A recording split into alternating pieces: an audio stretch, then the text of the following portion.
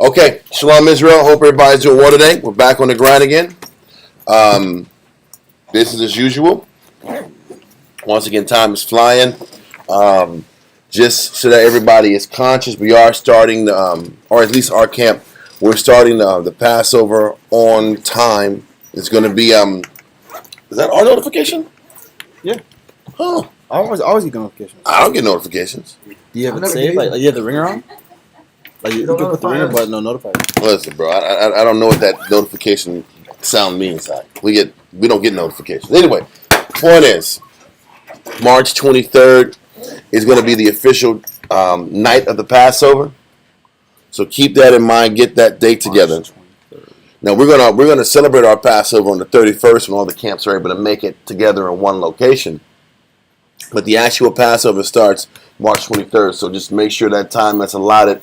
And we'll go over all the particulars next week. Right? Next Saturday. It's a Shabbat, yeah, huh? Next Saturday. Yes, next Saturday. Yeah, so that we'll make sure we remind everybody what's what leading into it. But so we're going to sit back and do all of the unleavened bread scenarios leading up to the actual Passover. So right after our gathering on the 31st, we're back to normal, okay? Versus doing it on the 31st, and then we have to sit back and start that entire week later. We're just going to do it on time. Does that make sense? Okay. Shout out Sword of Truth family, Cabo Cab in Guatemala and his congregation that's in the different cities and states. Shalom y'all. Shalom the Stream of Wisdom, Houston. Stream of Wisdom, Virginia. And Stream of Wisdom, Rochester, New York. Hope everybody is doing well. Stay strong. There's going to be a good opportunity to see everyone and get reacquainted with Israel across the board in a few weeks.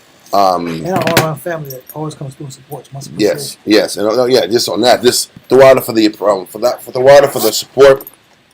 The ones who do listen in, you are appreciated, and thanks again, and continue to keep striving. We're going to do everything we can to teach, motivate, and keep the congregation that listens in front of us and on the airwaves as strong as possible. Today's title of the class is titled "Learn to Be Content or Else," and it's like a dun dun dun, like dot dot dot dot dot dot dot dot dot. And you know, the truth is, last week we were going into the class about an aspect of humility, dealing with peace of mind, and peace of mind is all about accepting your condition. But as you guys know, we didn't get a whole lot into that topic. We went like 7-8 verses, and then a couple other ancillary verse, and you look up and it's damn 10:30.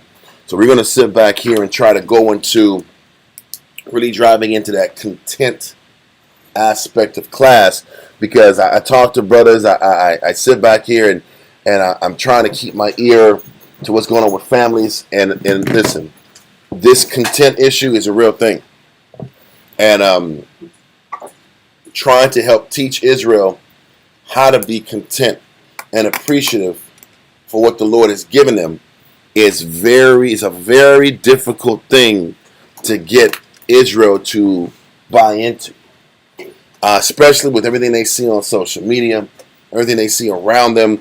Trying to get Israel to be appreciative for what the Most High has given them on a daily basis is like pulling teeth. It's just a constant. You can sit back and teach Bible verses. We can get gear. We can come together. We can have gatherings. But there's still that hole in your heart. There's still that void in your mind that a lot of us wrestle with and contend with week in, week out, month in, month out, year in and year out. That the flesh used to temporarily fulfill. Yes, but the flesh is always looking for that happiness and always feels an inevitable void that haunts them, so to speak. So what we're going to do today is try our best to paint this battle and to get us to learn how to see things in a better light or a brighter light. So the first verse we're going to go into is Hebrews chapter 13, verse 5 and 6. Hebrews chapter 13, verse 5. Now when it says learn to be content or else, it's not nothing to do with me doing the or else. This is about the Lord doing the or else. Yeah. Okay? So let's read this Hebrews 13 and 5. Come, Hebrews 13 and 5. Let your conversation be without covetousness. Let your conversation be without And covetousness. what's that talking about? Like, Well, I'm gonna try. I want to know. I'm ready to know. I would like to know this. First of all, the scripture says, "As a man thinketh, so is he." So if my thinking is about covetousness, my communication is going to be about covetousness, right? So it says, "Let your conversation be without covetousness." Read on. And be content with such things as ye have. So one of the things that pop out in my mind when I read this is that covetousness and being contentment are complete polar opposites of one another. Mm. So when I'm sitting back here and I'm sad about my condition, I'm depressed about what I'm going through, when I'm consistently bombarded with thoughts about how life isn't fair, that is called covetousness. We sit back here, when we think about covetousness, we sit back here and think about envy, and I want what this other person has, or I'm trying to keep up with the Joneses. But even that attacking, gnawing thought in your mind that keeps writing you about what you don't have, what void you have in your life, what missing pieces is not there to complete your life. How many of us walk around here saying, if I only had this, everything would be okay? Yep. I got this, but if I only had this, then I'd be happy. I'd complain no more. I would serve. I would complain no more. Servant. I would sit back here and give 110% of my spirit if I got this 25% more in my life. We walk around here with that mindset, and the Lord calls that covetousness. I'm not asking for much. Shit. Listen, we're going to sit back here and explain that, how it is a lie. So, we're going to use a little bit of Matthew Henry just to kind of augment the point. But read verse 5 again. Come on, Hebrews 13:5. Let your conversation be without covetousness, and be content with such things that ye have. Listen, the Most High is saying, be content with the things that you have. I don't think a lot of times when you're sitting back here and reading about what Paul is saying, did Paul have a lot of things when he was sitting back here prophesying and teaching and going from city to city and place to place? Remember, Paul said this. He was in Thessalonians. He said, listen, don't go there. But he said, listen, man, if you don't work, you don't eat. Mm-hmm. We sat back here and labored with you guys day to day to make sure what we received was you couldn't blame us for taking any excess of what you might have. We're not chargeable. What does that mean? Did that mean that Paul was walking around here with shekels and bread in his pocket enough to cover the things he had, or he had to work every day and live day to day for the substance he had? He had to sell them tents. Listen, he was selling tents. He was lifting boxes. Yeah. He was doing labor work, and the Most High kept him on a day-to-day thread. That was the life that Paul had. It's important to be conscious of that, because when you're sitting back here and reading about when Paul is saying, be content with such things as ye have. This is what he's letting us know. Too many times, I've heard many brothers teach about it, and many brothers just complain about it, complaining about the fact that you're living check to check. There never seems enough to get by. I'm always struggling. As soon as I get paid on the first, by the fourth or the fifth, there ain't much else left. And you're sitting back here, and you got to sit back here and make some shit shake from the 6th to the 31st. You're making things pop. You got to sit back here and stretch bread and extend this and save this and work this and finagle this. That is the life that the Most High has got us under. And he's letting us know that we have to fight to be content. And when we operate in this spirit of covetousness beyond that, now we're risking being out of pocket with the Heavenly Father. We're going to go into more detail there. Let's continue. For he has said, I will never leave thee, nor forsake thee. So he's reminding us, despite the condition that you're in, he's never going to leave you. So if the Most High, and if we have faith, if we believe in these scriptures, and we know the Most High is not going to leave us to perish, then what would be the need for the extra stress and the frustration? Is that we're saying that what the Lord has allotted me is not enough for me. So now I have to sit back here and go through ulterior motives to attain what I think I should attain. This is why men break rank. This is why men break orders. This is why men go out there and self-isolate. This is why men sit here and have beef and vex other men. This is why men and women do those things. Huh?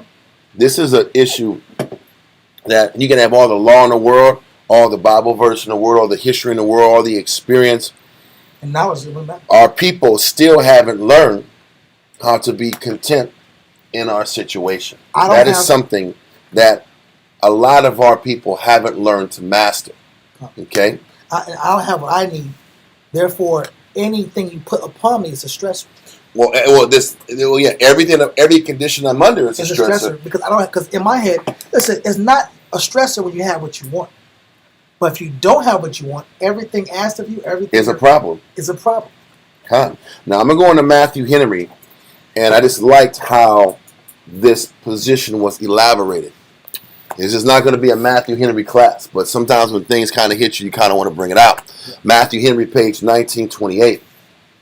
Now, it's his way of communicating and dealing with chapter 13, verse 5 in Hebrews. It says, to Christian contentment. Now, we know Paul was a Christian, but the Christians were who? They were us. So, to Israelite contentment, the sin that is contrary to his grace and duty is covetousness. This covetousness puts us in a position to where we're anti the thinking and the appreciation, because it says we're anti his grace. Because if I'm coveting, I'm unappreciative. I'm unappreciative of the grace that the Most High has given us. The grace is, regardless of your decisions, regardless of your bad decisions in life, I still gave you enough to sustain yourself. Listen, how many of us have made mistakes over and over and over and over again? Despite those failings, the Most High has had enough grace to provide us with a life. The problem is, we don't feel that life is suitable for us. We don't think that life, the grace the Most High gave us, is the conditions, the good conditions he has given us, despite our failed decision making, despite the negative in sending us. We can't appreciate the grace he's given us because I'm consumed with my covetousness. I was going to continue. It says, we must take care not only to keep this sin down, but to root it out of our souls. And what he's saying is, it is one of the top priorities in each one of our lives to not just control that spirit of covetousness, not just control that spirit of a lack of appreciation of my condition, but to sit back here and eradicate it out, to eliminate every aspect of not being appreciative in your life. And it makes complete sense because that's how serious you have to take breaking covetousness. We had to start looking at covetousness like pride and the real dangerous sins that fluctuate in our lives. It's a preset to rebellion. Because you're a few steps away from leaving the Most High altogether to pursue what you think in your life you deserve. And this is the part that really hit me as we was going into it. It says, the duty that is contrary to covetousness, meaning the mindset that's contrary to not being satisfied with your condition, being satisfied and pleased with such things as we have. That covetousness versus contentment parallel is real. We have to be able to sit back here and go through every aspect of our life. Through study, through counsel, through communication, and find ways to be content with the existence that the Lord has provided us. The existence that the Lord has provided us literally is grace. It's His grace. My grace. But yeah, and His grace is sufficient for us. What He's given us, the lot of life that the Lord has given us, is fair and just.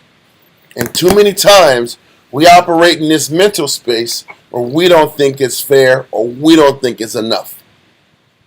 Now,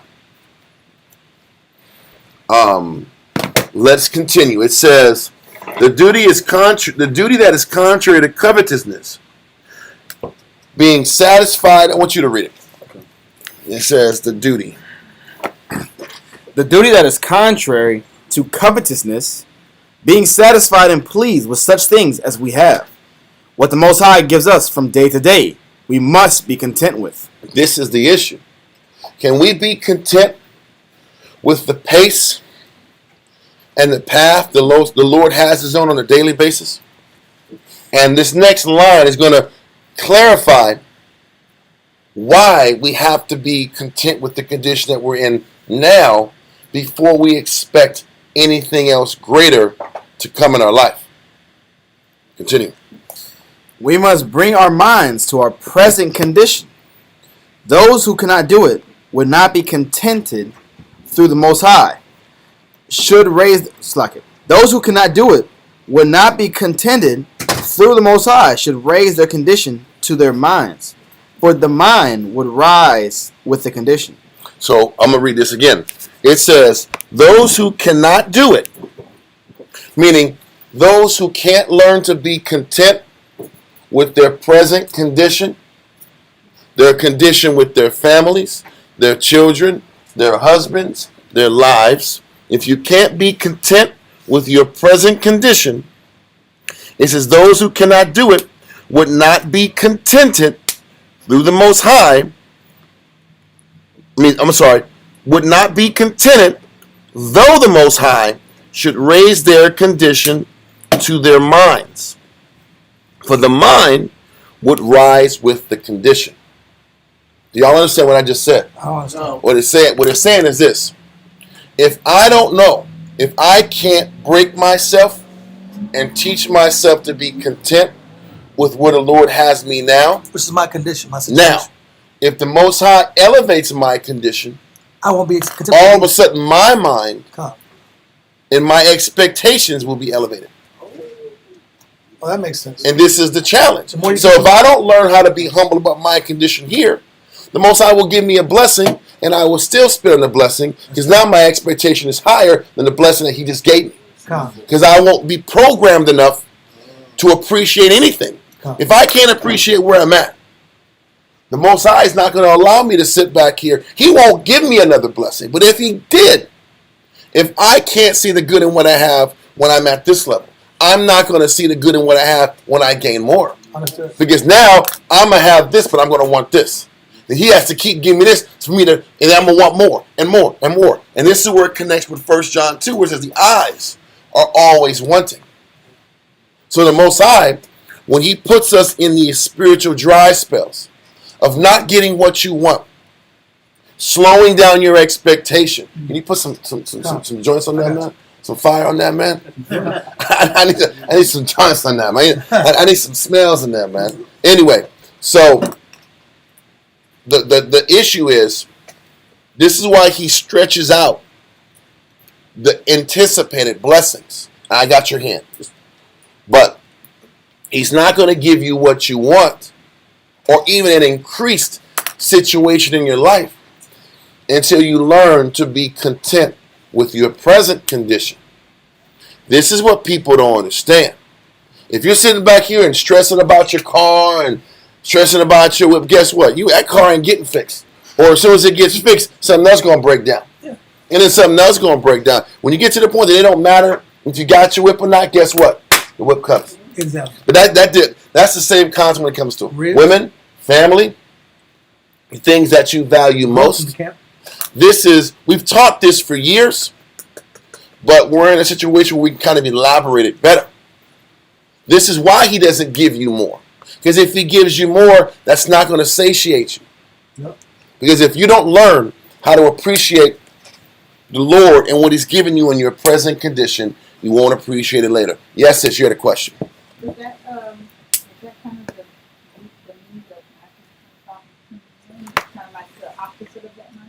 I will get to that. There's so many verses. I don't want to take it too far away.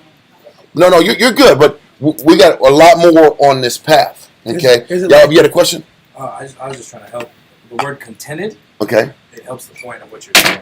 Contented. It says satisfied, quiet, easy in mind, not complaining, opposing, or demanding more. Yeah, but so many times we don't call the complaints we have covetousness. It's very important to put a label on it. We'll just say I'm stressed. I'm unhappy. I'm feeling down. I'm uncomfortable. I'm feeling blue. This isn't fair. I think I deserve better. I deserve more. You got to sit back. Let's just say the dirty word it is. Covetous. You covet like Diablo covets. Listen, why is it important to say these things? Because the way you'll talk to yourself and you'll complain, you'll just think it's a passive thing. It's not that bad. Because a lot of people can operate with covetousness and act like nothing's happening. But you notice that covetousness keeps feeding and feeding and growing and growing and growing and getting worse and worse and worse.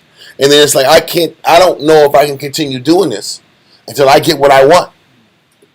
That's why you have to look at covetousness for what it is. Like a cancer? Yes, and this is why when Matthew Henry said, under duty, that is contrary to covetousness. Yeah. Mm-hmm. The duty that is contrary to covetousness, being satisfied. No. I want the we part. Sorry. The second sentence. We must take care not only to keep the sin down. You have to take care to not just control acknowledge and keep it at bay, to keep that covetousness at bay, that hoping, wishing, looking. Remember the Most High, Christ said, you can't put your hand to the plow and look back. Yeah. You're not fit. That looking back is the covetousness. Sitting back here and saying something is not fair. If you're in that spirit of wishing things would have been better or fairer, or you should have got a better break down the line, he's like, you're not fit for the kingdom if those are the thoughts you're playing with. So this is why he's saying it's not good enough just to keep it at bay. We better fight to destroy any thought in our head that gets us to where we're sitting back here regretting any situation or lot the Most High has got us going through. If we can't learn to appreciate and accept the conditions the Lord has got us through in each of these arenas, we're in danger of not being suitable for the Heavenly Father. So read that part again. It says, we must take care not only to keep this sin down, but to root it out of our souls. You got to root it out of your spirit. And that means that takes studying, reading, prayer, counseling, and an all-out attack. Half of the rebellion that's in our life is based on what's fair and what's not fair. Am I right or wrong? Are we sitting back here going bananas for some pork? Are we sitting back here flipping because I miss the taste of pepperoni? I'm mad. People get mad. People are down and sad and depressed, and I should have took the red pill. People go through. Oh, it's a blue pill. Blue is good. I mean, blue is good. Red is hell. No, red is the truth. Okay. And reality of situations. So people. And blue is the lie. Okay. So blue is lie. So people are sitting back here, 10 years in, 5 years in, 8 years in, talking about I should have took the blue pill, just because they're not content with the lot of life the Most High has chosen for them, which is called the Most High's grace. This is what eats at us and breaks us and destroys us, especially Israel at this level. It's about regret and anger about the conditions. Listen, I don't hear anybody sitting back here complaining about Bible verses. That's the incorrect Bible verse, brother. I don't think anybody sitting back here is men saying, I don't understand the need to work and operate as brothers. Well, at least the people here. Some people do. But I don't see that being the major complaint. The major complaint amongst Israel, men and women, is about my life. My life wasn't what I expected it to be. I don't have 1.5 kids. I got 6.5 kids. I have a bunch of kids. I have a bunch of responsibilities. I have a bunch of hardness around me. And I wasn't expecting my life to be this way. Even that thought is a dangerous thought. Because when you say I wasn't expecting my life to be this way, what are you expecting? So you're saying that you were expecting it to be better than. You're just implying that. And that little, I wasn't expecting it to be this way, is regret. Is covetousness. And those thoughts have to be stomped out. If you want the Most High to acknowledge you, and if you want to fight to sustain your spirit in serving the Heavenly Father. You gonna say something? I was gonna say, another word for that is envy. Because we look at the root of envy, it still goes back to being discontent, unsatisfied. You can envy somebody else, but you can also be envious of yourself. If I can pull a verse to pull that real quick. Yeah. Ecclesiastes 14 and verse 6 real quick. Ecclesiasticus chapter 14 verse 6. Uh-huh. It says, "Therefore is none worse than he that envieth himself." He says, "There's nothing worse. There's no man or woman worse than someone who envieth or is discontent of himself, of his life." Read on. "And this is a recompense of his wickedness." Now, give me the verse 5. Ecclesiastes chapter 14 and 5. So what is the recompense of someone who envious or is discontent of their own self, of their own life, of their own portion? Read on.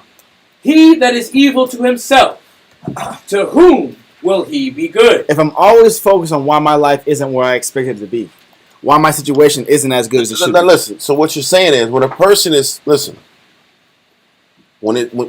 it from the top. You need to bring this part out. You're going to bring this verse up. Read that. Verse 5. Mm-hmm. It says, "He that is evil to himself, to whom will he be good?" Listen, how is a person evil to himself or herself? We're evil to our spirit when we live with unhappiness. We're evil to ourselves when we tell ourselves, this isn't the life that I expected to live. What I'm going through isn't fair. That's how you're evil to yourself. We sit back here and have this pessimistic viewpoint of life, and we don't realize how destructive and detrimental it is to us.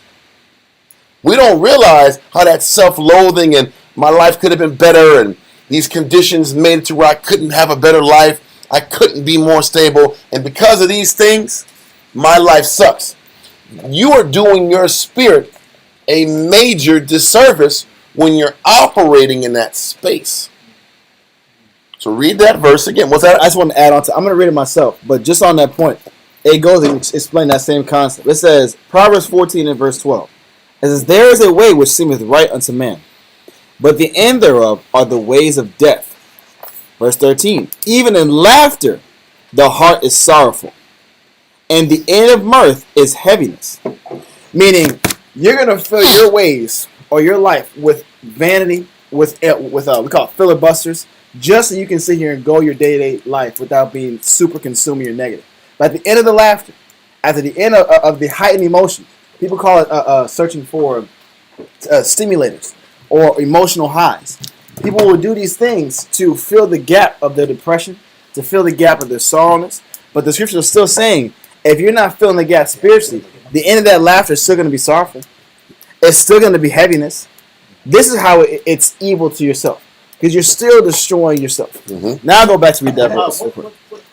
That's Proverbs 14 and verse 12 and 13.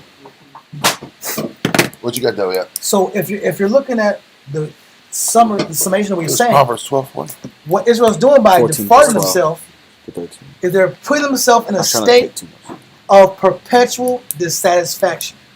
What is that perpetual dissatisfaction? That's covetousness. Mm-hmm. I can't enjoy my day. I can't enjoy my children. I can't enjoy my food. And you're evil to your spirit. Because my spirit, you're envious of your spirit. You're doing yourself harm by not learning how to see the good in things around you. Listen, what good? Let's just be honest. It's a rhetorical question. Yeah. What good comes from constantly thinking about what's not fair in your life? or how you might have got screwed over, or over concerned about your children, over concerned about situations that bring you down, that you can't control. Is that good for your spirit or evil for your spirit? It's cancerous. You can't live under those circumstances. Keep going. And so when I have a perpetual, which means a long-term dissatisfaction, people say this: well, I've been here for this long, and all I can remember is the bad times. It's 14:12. All you can remember is the bad times because you trained your mind only to focus on what you didn't have. I never took the time to focus on the blessings the Most High gave me. The scripture says, count your blessings. It actually says that. Okay. If I'm supposed to count my blessings, I'm supposed to see how the Most High has been there for me and how the Most High has given me a good life because He is a good power. He is a good God. But now... And when I don't do that, I'm sitting back here and telling the Most High, I don't appreciate the grace you've given me. Come. Listen, don't forget, what is the definition of grace? Can I get it? Somebody get it? No. This is something that all Israelites have been rehearsing for the beginning of time. Grace is getting something that you what? That you do not deserve. Yeah. Listen, the Most High has given us all lots in life Yeah. that we don't deserve. Can we sit back and eat that? We really don't deserve the benefits we've been given. Nope. We walk around here pouting, pissed off about our lot in life. And the Lord is like, man, these unappreciative, Entitled. SOBs are walking here pissed off based on the lot of life that they didn't deserve that I gave them. In the first place. And they're pissed off and moping, not appreciative of the situation and circumstances they're in. I look at brothers in their marriages. There's more fighting than just being appreciative that you got somebody who loves you. We in counsel all the time about there's arguments all damn day long. People that are always arguing in the house, they're not appreciative about the conditions they got. They're not appreciative about the husband or wife that the Most High gave them. Yeah. We're going to go into verses about people that don't appreciate. I'm always unhappy. That means I'm covetous even at home. You don't have to. Listen, covetousness doesn't mean I want that brother over there. I want me something new over there for a woman. Covetous, I'm just disgusted at the person that's right next to me. Yeah. And I'm angry and I see nothing but the worst in the person right next to me. That's covetousness right there. Because that is the early seeds of covetousness dealing with somebody else. If I just can't be appreciative with what's in front of me, you're a couple steps away from finding somebody else and then really departing and separating from the Heavenly Father. You get your hand up, sis? Yeah, wouldn't that be like somebody that's just like ignorant in the fact that they don't know any better? I wish it was that easy. But Israel gets classes 4 days a week. We're not very ignorant at. We have classes from 7:30 to 10:30 every night. To be ignorant. I didn't know not to be appreciative about my circumstances. Well, you didn't teach me that class. You knew that. You didn't tell me anything. See, brother, you just made a new playlist today. Contentment. This is the first contentment class, brother. That's not true. We've been saying round about being content without saying these words. You gotta start pointing fingers out. You, brother, sister, you, right? We can't do that. We're not trying to do that. But I'm sorry, I'm not cutting you off. You get what I'm saying? No, yeah, but I asked because I felt very unhappy in the beginning. Yeah. Like, I was just like, pissed off the world, Yeah. I should have took the blue pill. But a lot of people do that. Listen, most people that come into this truth do that. Men and women. Men and women. At different times. Well, listen, the Bible tells you it's going to happen that way. The Bible tells you so. Yeah. Remember, yes, the Bible tells you so. Remember in Revelations chapter 10? When John the Revelator was like, eat this book. It tasted delicious. Sweeter than honey. Sweeter than honey. Murphy. Sweet as honey. It was sweet as honey when you tasted it. And then it got to your belly, and guess what happened? Bitter. It was bitter. Wow. So now once you realize how bitter serving the Most High is, then you better start teaching yourself how to love that grace. We're going to talk about grace now. Grace. Grace is good. Contentment. Grace is Grace. We gotta sit back and learn and look at this with grace. You better learn to teach yourself about the value of contentment. But I guess in the Israelite community, we don't teach this enough. We don't even teach it enough. Because the white man's the devil. That's the Bible speaks. That's of. why. Let's push that hatred towards Esau. And let's not work on the fact that I'm unhappy as hell. And then what happened? The brothers sit back here and be the toughest guy for 10 years and he'll just leave. And then we'll say, what happened to this guy? He was just wicked. He was wicked. Yeah. But you don't sit back and realize why this guy, he was breaking down and not talking about the issues. And we're sitting back here talking about the nations are going to be falling apart. You are going to serve. And it's just keep waiting. The kingdom's falling. The kingdom's falling. You are going to be in chains. Yeah, listen, that's cool. But when you're breaking down mentally, you better sit back here and study about being content with where the Most High got you at. Loving God. You better be focusing on that. That's how you sustain yourself in this. But everybody's sitting here angry, there's arguments, there's fight every 5 10 minutes. You're showing the Most High you don't appreciate the gift the Most High has given you. It gets us. I'm angry, I'm bitter, everything's a fight, everything is a sarcastic statement. Why am I sarcastic with my wife? Why am I angry with my wife? This person's here to help me. Why am I angry with my husband? This person's here to help me. I like some more help. Don't you? Who doesn't want help? Well, it's got to be perfect help. There's that covetousness then. Listen, I can't sit back here for the life of me. I'll sit back and listen to these reports about husbands and wives. I'll see men busting their ass. Trying to sit back here and be a good husbands, good fathers. The wife's like, I'm just not happy. I'm not happy. So would you be happier if this guy was stumbling in from the club at 3 o'clock a.m. 2 or 3 nights a week with dirty weed fingers and you don't know where the rest of his body parts were? Hey, your turn. Would you like that? I don't know what I got, but you going to find out a little bit. Is that what you want? That the life you want? It's exciting. It can be worse. It can be way worse than what you're complaining about. And I see the same thing with brothers.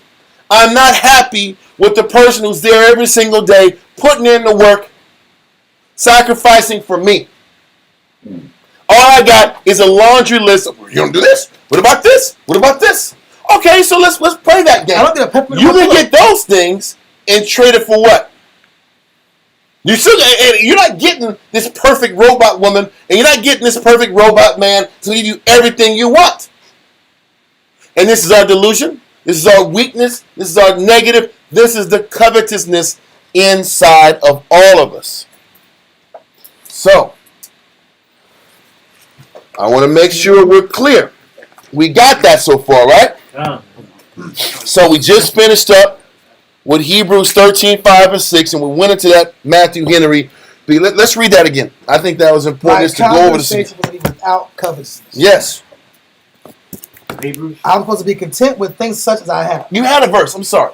You had a verse, right? Yeah. It's all good. Bro. Well, I'm sorry. I'm gonna be okay. I'm content. You're I'll be content. okay. You're content. I'm gonna be all right, brother. God matters. All that matters is that There's God more sees. class coming. We'll be having another class. We'll have another time. Okay. Well, read that again. Read that again. And we're going. There's more I gotta hit. The sin that is contrary to his grace and duty, covetousness.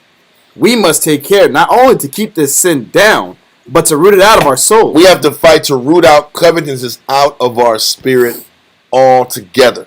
Read on. The duty that is contrary to covetousness, being satisfied and pleased with such things as we have. Our job is one of our number one jobs in serving the Lord is to be satisfied with what we have gotten. I see, brother. I've listened to brothers and sisters like, man, I could have went to this school and could have got a scholarship, and I could have. If I would have went to school, things would have been different. Or if this would have happened, and I would have took this road. If I would have took a right versus a left, I'd be happy. Things would be better. People talk about it all the time. Yeah. If it was school, if it was going to play sports and get this scholarship, or I did this and this, then I'd be happy. Then things would be better. But let's continue. Con, it says, what the Most High gives us from day to day, we must be content with. And this is what none of us, or the majority of us, are not content with. We're focused on how hard you have to work to get what you got day to day. We're so focused on how exhausting and time-consuming it is, and how physically stressful it is, we just can't sit back and be appreciative. At the end of the day, I have what I need. Read on. It says, those who cannot do it would not be contented, though the Most High should raise their condition to their mind. He says the people that operate in covetousness still wouldn't be appreciative, even if the Most High elevated their conditions. Because as the Most High elevates your physical conditions, your desires for more elevates. So you're always going to be in this perpetual sadness, this perpetual anger, this perpetual frustration about what you don't have. This is what the Most High understands about the nature of mankind. And this is why the Most High don't give you what you want when you have this strong element of covetousness in you. This is why men that don't have certain things, it takes even longer to get them. Why would I give you something if you're not content about your condition now? And you're obsessed about getting a certain blessing. What if I give you a blessing, you're going to say, well, this isn't up to the standard that I was asking for in the first place. I see brothers go through this when it comes to women. No, brothers say, I wish I had a rib, I wish I had a rib. Most I would send them a rib. I wasn't asking for that. I wasn't asking for that. I wasn't praying for that one. Oh, you want more. You want more. So the Most High is like, once again, this is why I don't even send it to you, because you want more than what your grace has allotted for me to give you. Your lot. Your lot. You're gonna get this, and you want more. So why even give it to you? You're gonna misappropriate. You're gonna mistreat it. You're gonna take advantage of it. So why even give it to you? This is how the Most High thinks. Do y'all understand? You had a statement, a question? Yeah, so would that happen as well? Like not being content with if you get something, but now your presence is even more demanding, so you can't even enjoy what you got anyway. Well, we'll go into that later. There's other consequences to individuals that make a decision. I'm going to get this regardless. I'm going to get what I want regardless. Most I got those kind of cats too. But I'm just trying to show the psychology behind why the Most High denies us when we tell ourselves we're so hungry for it and we're so unhappy because we don't have it. Why He don't give it? Because He's going to give it to you, and it's not going to be enough to satisfy you anyway. Or I'm going to be how many times Most High will send a woman a husband, she's not into him. I'm just not into we're not connected. Well, if it was what you wanted in the flesh, you'd make provisions in the other arena. It's the same thing with women and men. We share the same damn demons. But let all that go. We're good on that. Let's go now to Jeremiah chapter 6, verse 13.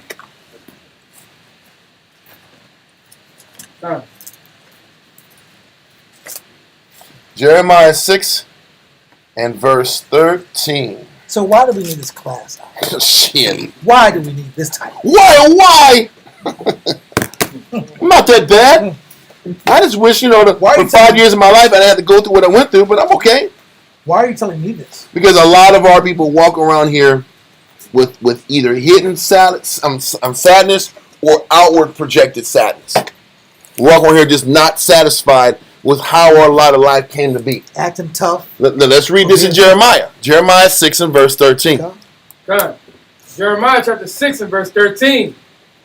For from the least of them, even unto the greatest of them. Stop. Now I want you to make sure you understand in Jeremiah, this is like Israel at their most wackest. This is Israel at their most declining element of their nation, of their spirit.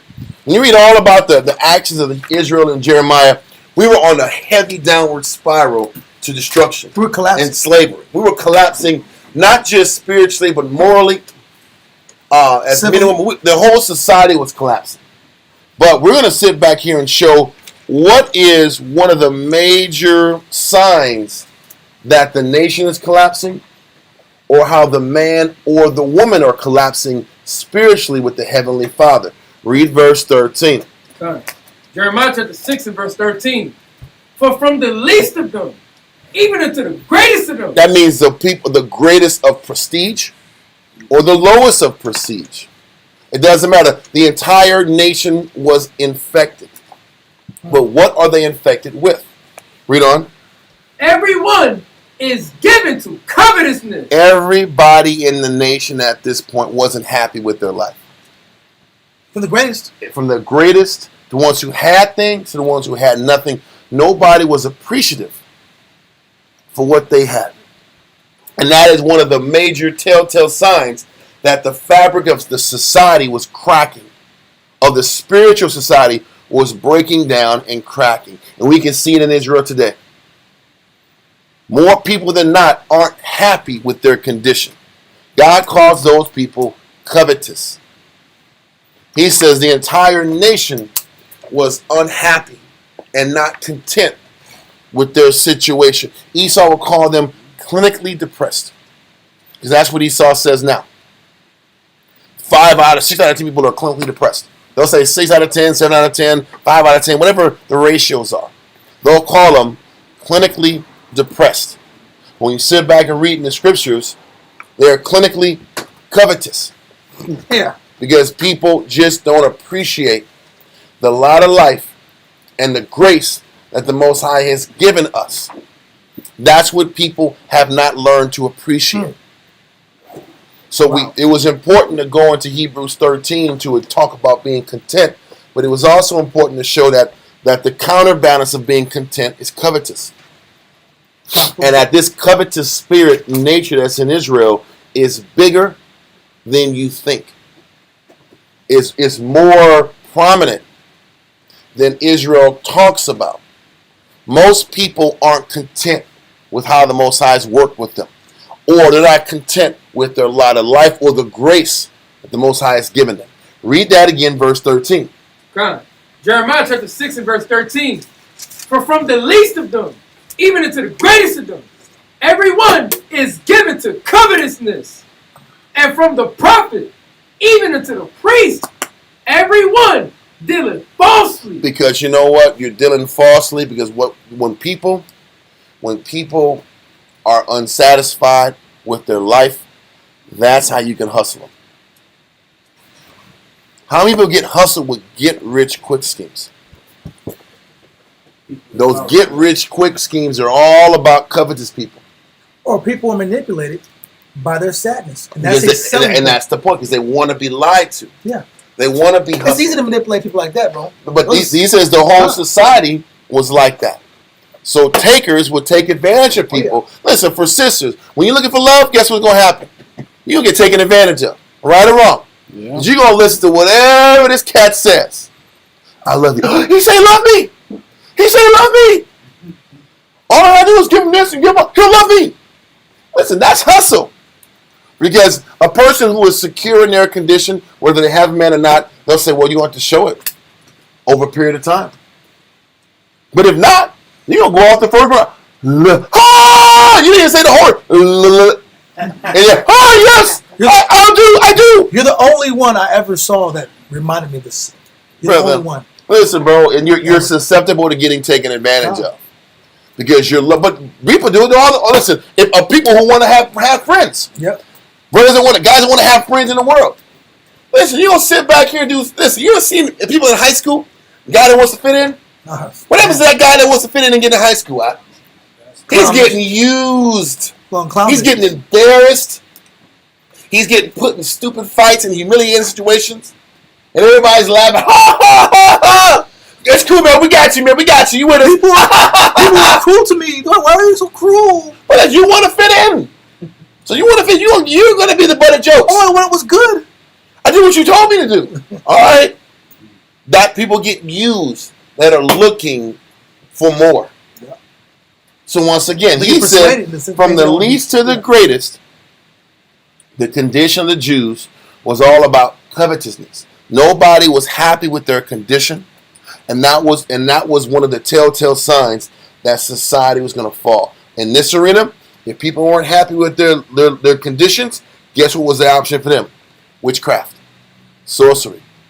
Now I'm going to deal with these other spirits to create something that would work for me so I can get more in my life. Or shortcuts. What shortcuts is idolatry. Shortcuts is idolatry. The Most High in other verses calls covetousness idolatry. Because you're going to sit back here and give up your spiritual foundation to get something that you think you deserve. So he's telling you covetousness is has been and will continue to be a major issue in our life, and it's disguised by the verbiage we use. I'm sad. I don't think my life is fair. I don't think what I went through is fair. If this and this and this only happened, then think I would be better. Nobody cares. Nobody cares. All that gumbo of negative outlook, what we use to justify having a negative outlook about our conditions. Let that go. Now we're going to go to Jeremiah chapter 8, verse 10. Jeremiah chapter 8 and verse 10. Yeah, we're going to finish that. Hebrews 13, 6. Yeah, I'll go back to Hebrews after this. It says, therefore will I give their wives unto others. Listen, what he said, it's because you want to be covetous. If I'm not happy, and if brothers aren't happy about the wives they got, cool. Then what does the Most High do? Well, I'm going to give your rib to somebody else. This is what ends up happening to the covetous man. The man that's not happy about his wife, he's going to give his wife to somebody else. For the individual for the wife who's unhappy with her life, okay. Or a wife that's always happy with her husband, you know what, then you will remove the husband from the equation. And you'll be alone. You're still being happy. And you're still going to be unhappy. And this is how the Most High deals with unappreciative, non-contented people. And this is why most people are dying for their exes. Yeah. This is the stupidest thing in the world. Who said that? Who said that? Man, who said that? I hear it. Who says those things? I hear it so Who much. says that? The What are you hearing from? The streets, The streets. all the streets talk about. Oh my God! I get report the after report, streets. bro. Listen, You get bro. reports from the streets. The streets call me. The streets are talking to you. They're like, more about Port Perrin Vital, Austin Highway. Listen, bro. That's the streets. Listen, bro. All I hear from the common Joe, where I intermingle with people, blah blah, in the concourse, cheap place, right? He's going to the cheap places. The cheap place is the concourse, where I'm Hey, at. those are the low places, not the cheap places. We're in the slums. We're in the slums getting these answers. We're not going to City Hall, B. Come on now. We're not in City Hall, B. She kept texting her ex. Listen, and then she's like, I got a new man. And then she had a new man. And then she's like, I miss my ex. Listen, everybody misses their ex because you're covetous. And if you get something new, when you had your ex, you missed the ex before that ex. Yeah. That's the truth. You missed, when you had the person the Most High gave you, Yeah. I miss my ex. And then that person's your ex because you were covetous about your last ex. You're always looking backwards. You're driving your car and looking in the mirror. People live in the past. Okay. That's covetousness. So what the Most High is, they look in the past because people aren't taught to appreciate what's in front of them now. Yep. We don't sit back and learn. This is why our brothers that sit back here and we've worked with in the past, they'll sit back here and lead the truth. They calling acting like brotherhood's still there. Like, Shalom. Listen, no. I'm gonna say one fish, two fish, red fish, blue fish. I'm giving this. What do you want me to tell you? You made your selfish choice to do you. Cool. I will pick up the phone, and you're gonna get the representative. Why? Because people want to be selfish, live their duplicit life, Yep. and still get brotherhood at the same time. That's not fair to the people that I'm responsible for every day. They should get the best of my spirit. True. The people that dedicate their life should get the best of my spirit. Why should I be on the phone for hours with people that have made it clear that we don't matter?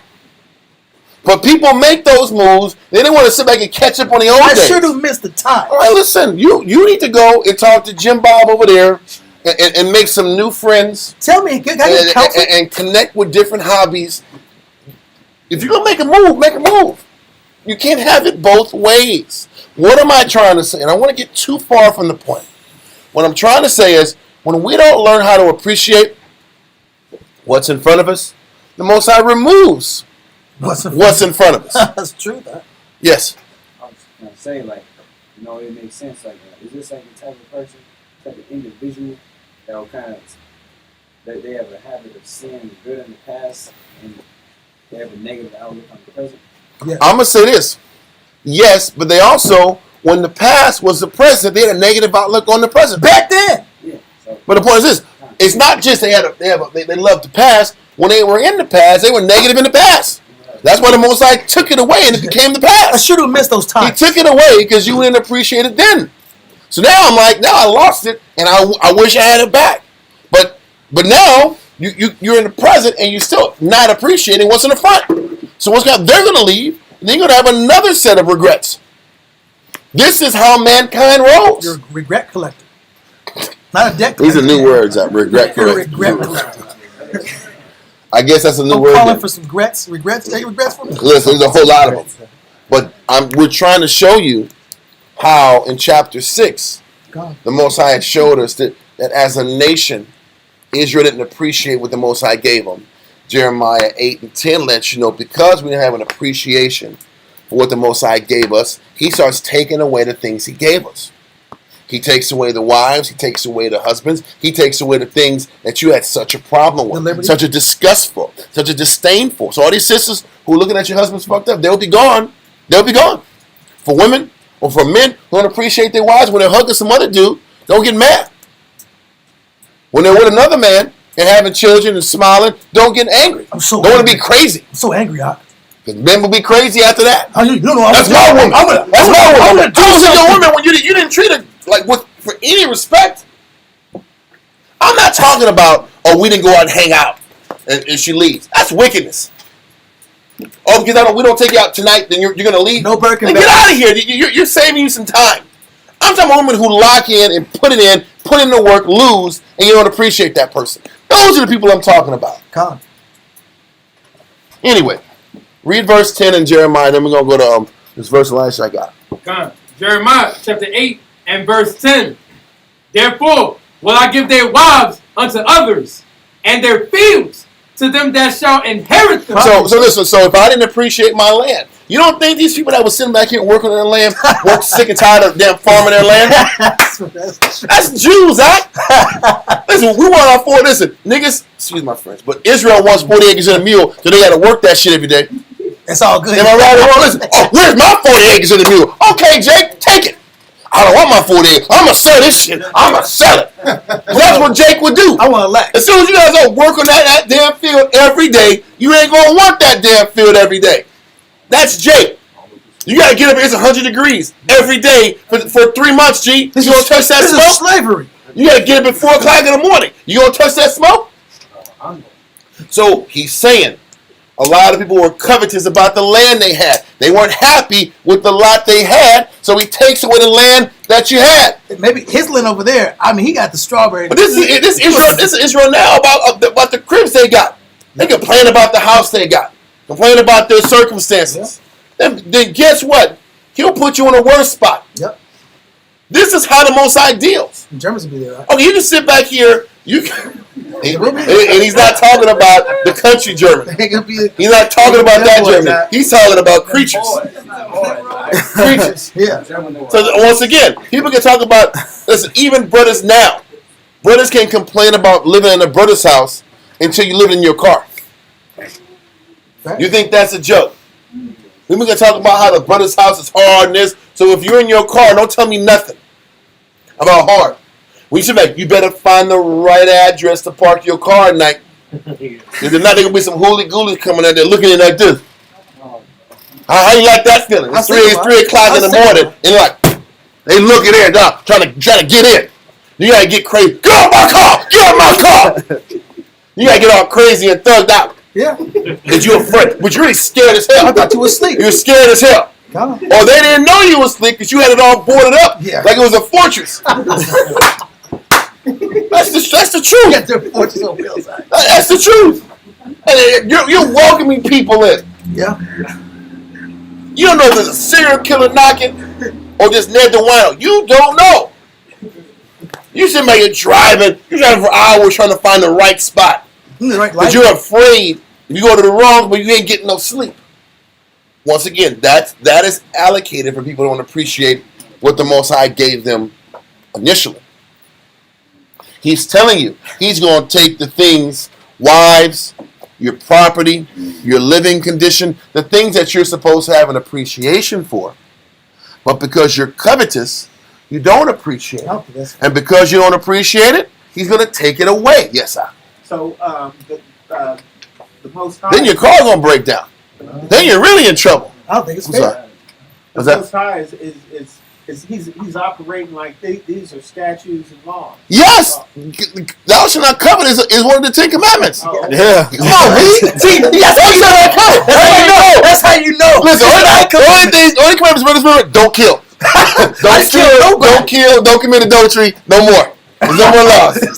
No more commandments. Let this relate. Covetousness is a big theme. And covetousness is based upon not being content with your condition. Covetousness is why you steal. Exactly. Why you commit adultery? That's why you thug out. That's why you thug out. Yeah. Because you ain't happy with what you got at home. Yeah. It's almost like that great inhibitor that takes you to the next level of wickedness. Gasoline. It's pure gasoline. It's pure gasoline. It's the gateway sin. It's the gateway sin. There you go. That's a good way to say it. It's the gateway gateway. sin. It's the door that opens to all type of Pandora boxes of wickedness. So, read verse 10 again. The gateway Listen, sin. we're taking our time, and we're like an hour in, but I think it's kind of important that we drive this point. Y'all understand? Let's continue. Jeremiah chapter 8 and verse 10. Therefore will I give their wives unto others, and their fields to them shall inherit them. Wives and property is something that you should value. But because we're covetous, we don't value them. True. So you can plug in wives with husbands. You can plug in fields with children. I see women who sit back and complain about their children and all the responsibility they got. So let the Most High take them away. They want, oh, I miss my babies. Then you're crying when you don't have your kids. But you're cussing at them all damn day long when they're right in front of you. Yep. So which one is it? Do you appreciate them or not? Read on. God. It says, for everyone from the least even unto the greatest is given to covetousness. You see how this verse locks into Jeremiah 6 and 13. 6 and 13 tells you that the least of the greatest are covetous. 8 and 10 tells you that because they're covetous, they're going to lose everything they have. That's the continuation. That is just the understanding of it. Because you were covetous, you're going to lose the very little things you got. So this is why it's so imperative. If you want out of your loop of sadness, I don't know if you know it, but everybody got this little perpetual loop. I can't get out of it. Axle tree, bro. You can call it, yeah. We've talked about it in the verse about the axle tree. It's this hamster wheel. It's this hamster wheel that you just can't get out of. And for those who know, they know. The only way to get out that hamster wheel, that circle, that cycle, that rotation, is the loop of unhappiness, is you better attack every day and learn to be appreciative for what you got. Or you're going to look up, it's going to be 20 plus years of unhappiness. It starts with being appreciative for what the Most High gave you. And if you can't learn to stop being covetous, you'll lose the little that you think you have. Continue. Ecclesiastes 33 and 5. The heart of the foolish is like a cartwheel. The heart of the foolish, the thinking of the foolish is Ecclesiastes 33 and 5. So the thinking of the foolish is like a cartwheel. You're just going in circles. You're going in circles. And you can't get out of it until you change your thinking. But the changing of your thinking in this situation, the only way to destroy covetousness is to sit back here and go right back at those things that you're so upset about and learn to accept that these were blessings and that it's good and that the Most High's lot was fair. You got to find it in your heart and go back into your history and convince yourself through scriptures and studying and counseling that it wasn't a waste of time. Matter of fact, this is kind of jumping the gun on the topic, but I might as well we're talking about it. Let's jump to Psalms 119. Psalms 119 and verse 36. This was part of the later part of the class, but I doubt we get here tonight anyway. Psalms 119 and 36. Psalms 119 and 36. Incline my heart unto thy testimony. Incline my heart unto your testimonies. Testimonies are scriptures, Bible verses, and also examples of men and women that had an appreciation for what the Most High gave them. Read on. And not to covetousness. And not to covetousness. So if I'm consumed in this cartwheel of covetousness, then I better sit back here and study my mind on people who learned to have an appreciation for the Lord despite the worst of their conditions. And if you want to fix this demon in you, if you want to fix the demon of covetousness, you better read about the story of Joseph. You better study the story of Joseph. You better study the story of Daniel. You better study the story of Jeremiah. You better sit back here and be super acquainted with these individuals. You better be acquainted with Esther. You better be acquainted with all these people that went through significant struggles and never wavered in their outlook towards the Heavenly Father. We got it all on Sabbath classes. But you better sit back here and dedicate yourself to people who had not an uncanny ability to still understand their condition and not get bitter and cold and covetous through it. Like I said, you better know Joseph, Jeremiah, Daniel like the back of your hand. Esther, these people you better be well acquainted with, along with studying other verses and communicating and counseling to give you the clarity you need to overcome that covetousness in you. Yes, sir. This is fire. When it says incline my heart unto thy testimonies, the word incline, the third part says to have an appetite. I'm supposed to have an appetite. Appetites are built. Exactly. You know, appetites are acquired. What does that mean? You might not be initially inclined to liking oatmeal. Yeah. Might not like oatmeal. Oatmeal might be gross to you. You better sit back here and make that oatmeal fire. You like those dry cranberries? You like raisins? You like apples or the little apple? I don't know. Apples. That's what I said. Like the dry cranberries, whatever. That you better sit back here and throw some damn cinnamon on it. You better load it with butter. You better make it. You better make it fire. You better make it good. You better make it delicious. Delicious. You better learn how to love the hell. You better put some honey in it. I douse mine with honey. It better be floating in honey. If they just sit back here and throw me some damn oatmeal without all that stuff, I'm looking at it like Matrix food. It's like Slop. Am I really hungry today? Not really. Nah, I don't want it. Listen, you better make it fire, and it better not be soupy.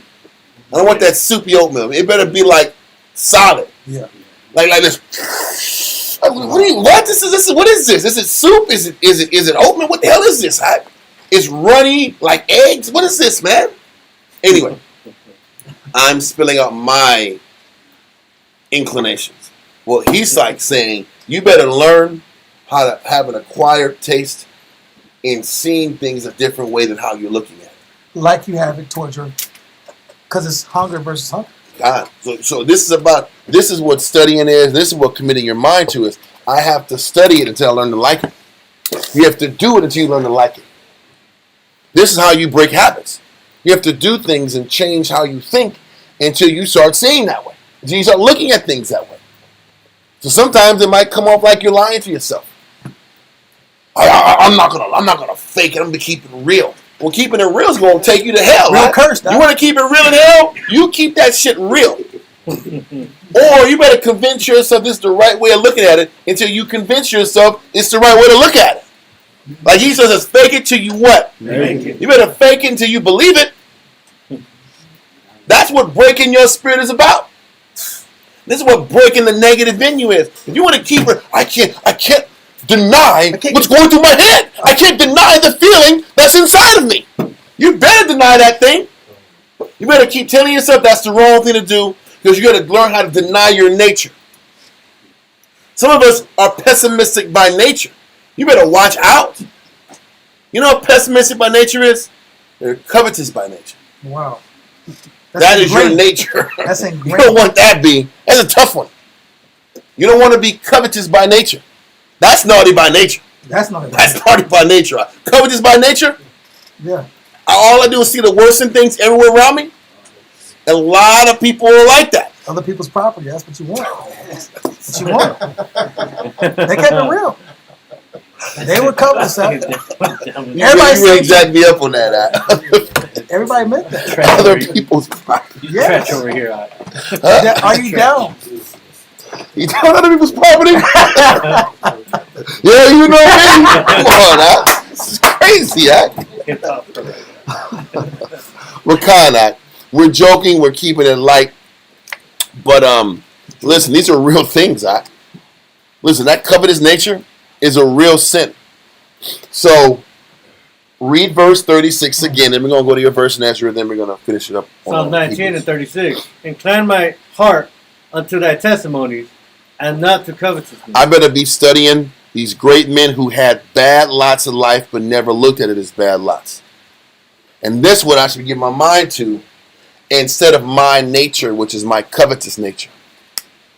I better give myself to this book, and not my covetous, pessimistic nature.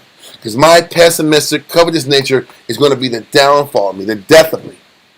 Does that make sense? Okay, go to your verse in Psalm, in Ezra, sir.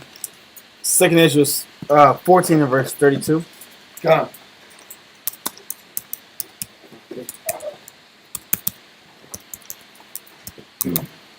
Second Ezra 14 and 22, right? 32. Oh, 32, Slocky. I got it. You're breaking it down. Ready? I don't remember it. Read that. Come. 2nd Ezra chapter 14 and verse 32 reads, and for as much as he is a righteous judge. The Most High is a righteous judge. That means the grace he's given you, the circumstance he's given you is fair. And because he's righteous, read on. He took from you in time the thing that he had given you. So whatever lot in life you've been given that you're so pissed off about, that you're so unhappy about, that you're so unsatisfied about, he's going to take away the crappy deal you said you have and give you a crappier deal. Oh. That's how the Most High operates. He said in time too. I mean, In he time. waited. He Yeah. waited to see if you're actually going to appreciate it. Yeah. So what he's saying is he's giving you an opportunity to see the good in what's in front of you. And the longer you go out being upset and angry and not satisfied with what the Most High gave you, he will take away the thing that you can't stand. And then you'll really realize how bad you got it. This is scary. There's a lot of people walk around here unhappy about their marriage, unhappy about their lot in life, unhappy about their job, unhappy about their situation. People talk about their job, they hate this, I hate this. So guess what, when you lose a job? What about losing that job? Then what? Then what you going to do? And a lot of people that I've noticed that's complaining about jobs, they get shittier jobs. And then they can't even pay their bills and help their family the way they were supposed to and capable of doing. Because their outlook is so negative. You want out this job, you'll get out this job. You don't go to a job that's 10 times easier, but you can't make no money or you can't even function and survive off. That's how the Most High breaks you. Then I got to find a better job. Well, you had a better job. Job for a job. You had a better job, and you didn't appreciate it. No. This is how the Most High breaks mankind. Men, women, everybody. Because we just can't learn to value and appreciate the conditions of life that he chose for us. Yes, I come across a lot of people too, tomorrow. Yeah. I don't like this job. I don't make too much money. It's crazy you brought that up. I was just thinking. listen, the Most High, when people complain, he makes it harder for them. Especially those of us who say we're choosing a spiritual life. Yeah. We're saying we serve God. The Bible God. I get these guys in the world because all that matters to them is carnal and more money and more advancement. We say we want to learn how to allow the Most High to guide our lives. And then when he guides our life, we're not happy how he's guiding it. So, are you finishing that verse? Are we finishing that verse? Yeah. Okay, let that go. And go back. Let me see. Did we finish? We didn't finish all of Hebrews, right? No. We just did 5. So read Hebrews 13, 5 and 6 again, and then we'll roll back more on topic. Hebrews chapter 13, verse 5. Read that, sir. God. Hebrews 13 and 5. Let your conversation be without covetousness. Conversation, your thoughts, everything has to get killed. You have to really attack that unappreciative, unhappy mindset that we all have in some form or fashion. Read on. And be content with such things as we have. God, As he hath said, for he hath said, I will never leave thee, nor forsake thee. what he's saying, he's more signs like, I'm never going to let you down. For him to say, I'm not going to let you down, he's reminding you that I've always been here. You just don't like how your situation is. But none of us, if we're really honest with ourselves, if we go from our youth to our present day, none of us can say the Most High hasn't been there for us.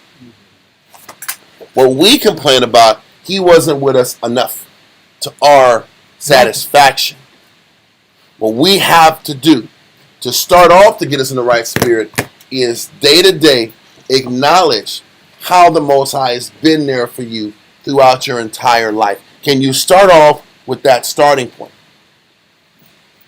Can you sit back here and go throughout your life and go through all the trigger points and say, man, despite the bad, has the Most High been there? Jeremiah did.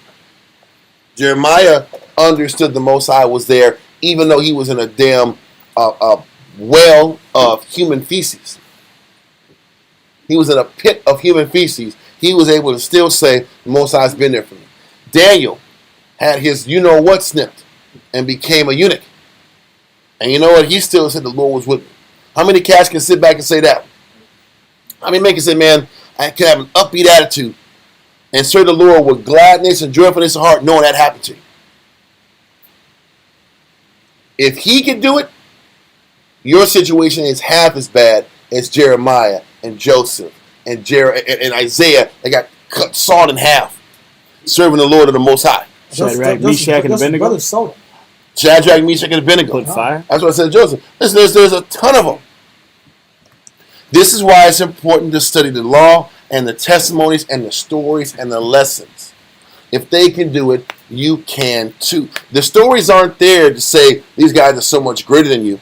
The stories are there to say if they can do it, you can do it. You ever see like a predator when it's impossible as invisible animals running around here killing people with all this awesome technology? What brought him down to earth? He said, if he bleeds, it can kill it. That was the whole point. If I saw green blood, I could get this guy now. He ain't unbeatable. It's the same thing when you read these scriptures. There are men, if they can do it, I can do it. If they can suffer through it and be empowered in the book, then I can suffer through it and be empowered in the book. And our situation is way less difficult than theirs. Okay. Verse 6, huh? Yeah, verse 6. Hebrews chapter 13, verse 6. It says, so that we may boldly say, the Most High is my helper, and I will not fear what man shall do unto me. So you know what the truth is? If I don't learn how to be content with the conditions in my life, then I really can't say the Lord is a helper. I really can't say the Most High has been there for me. Or I can't really even acknowledge the Most High if I can't acknowledge that he's been there for me this entire time. This is such an important aspect of learning and growth. Okay? And I will not fear what a man shall do unto me. What he's saying is, I'm not going to worry about any condition I'm under because I know the Most High is going to be there for me. He's been there for me this entire time. So, we're going to let that go and go to Jeremiah chapter 29, verse 1 through 11. Jeremiah 29, let me type this in. Jeremiah 29, verse 1 through 11. And we're going to do... Shoot. Messed up.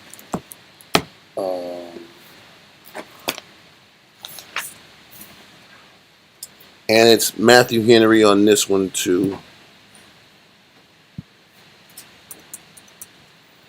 988. All right.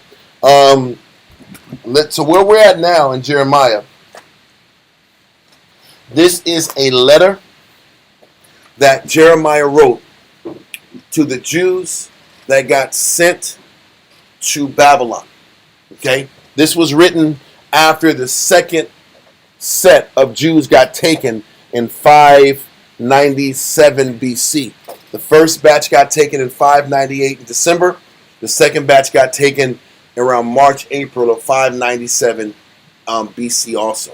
So there's around 50 to 100,000 people that made that trip. Second time. The Jews are devastated. They're in captivity. They're slaves. They're sad. They're dejected. They're unhappy. They're asking themselves, why? Why am I going through this? Why is this fair? Why are we over here and the rest of these guys are smiling in Jerusalem? What did we do wrong? How is it fair that we're suffering at this level and they don't have to suffer at this level? These are the things that are going on in the Jews' mind at this time. Obviously, sadness, dejection, anger, frustration. So, let's read Jeremiah 29, verse 1 through 11. Jeremiah chapter 29, verse 1. Now these are the words of the letter that Jeremiah the prophet sent from Jerusalem unto the residue of the elders which were carried away captives, and to the priests, and to the prophets, to all the people whom Nebuchadnezzar had carried away captive from Jerusalem to Babylon. So this letter that Jeremiah sent was from the Lord. The Most High wanted Jeremiah to send this letter to the people that got sent to captivity. Completely lives, completely turned upside down, completely displaced from everything they know to be true. Right? Read on. Verse 2. After that Jeconiah the king and the queen and the eunuchs and the princes of Judah and Jerusalem and the carpenters and the smiths were departed from Jerusalem. This is all of the, not just the elite, but the skilled working class got sent to Babylon. So really the degenerates and the lesser caliber men, skilled men, were left in Jerusalem. All the blue collar, they got people who make the country what it is. Skilled men. Read on. Verse 3. By the hand of Elisha, right? Yes, the son of Shaphan, and Gemariah, and the son of Hilkiah, whom Zedekiah, the king of Judah, sent unto Babylon, to Nebuchadnezzar, the king of Babylon, saying, Thus saith the Lord of hosts, the power of Israel, unto all that are carried away captives, whom I have caused to be carried away from Jerusalem unto Babylon. This is the Most High talking to us after we're at an all-time low, hit rock bottom, and we're captives. Read on. Verse 5. Build ye houses, and dwell in them, and plant gardens, and eat the fruit of them. What is he saying? Keep on going. Learn to accept your conditions.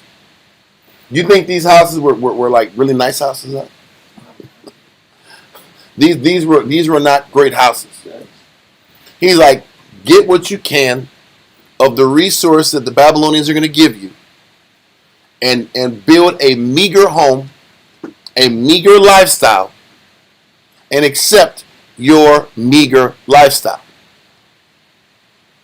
Read it again. Build ye houses. Verse 5. Build ye houses, and dwell in them, and plant gardens, and eat the fruit of them.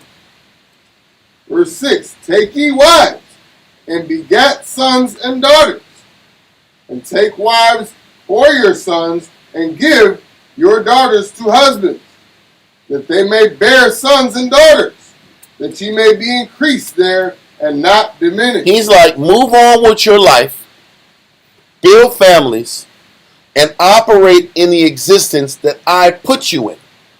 The Most High put those hand-picked people and sent them to Babylon. If you read in other chapters in Jeremiah, the Most High called the people that he sent to Babylon what figs? If y'all remember. Bad figs. No, they were good figs. The ones that he They were deserved. good. The ones he sent to Babylon, he called them good figs. Okay. The ones he kept in Jerusalem, he called them bad figs. Because the good figs, the ones that got sent to Babylon, were more pliable, and he could work with them more than the stubborn ones that were in Jerusalem. But the ones that he had a greater favor for, they had to do what? They had to suffer. And they couldn't sit back here and complain. They couldn't sit back, as you're going to read and say, yeah, man, we're going to come together. The black man going to come together and rise against these Babylonians. You have a revolution. Don't say nothing. The revolution will not be televised. No. Because it's 596 AC. That's why it will not be televised. Yeah. This revolution might not even come on in the history books. It's going to be so quiet and so stealth. And the Most High, like, I don't want none of that crap, man.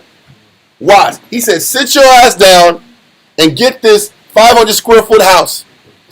Build this 500 square foot house, bro, and work a job and sit and be quiet. The man was the Assyrians, right? No, it was the Babylonians. The Babylon was the man. It was the man. They were the man.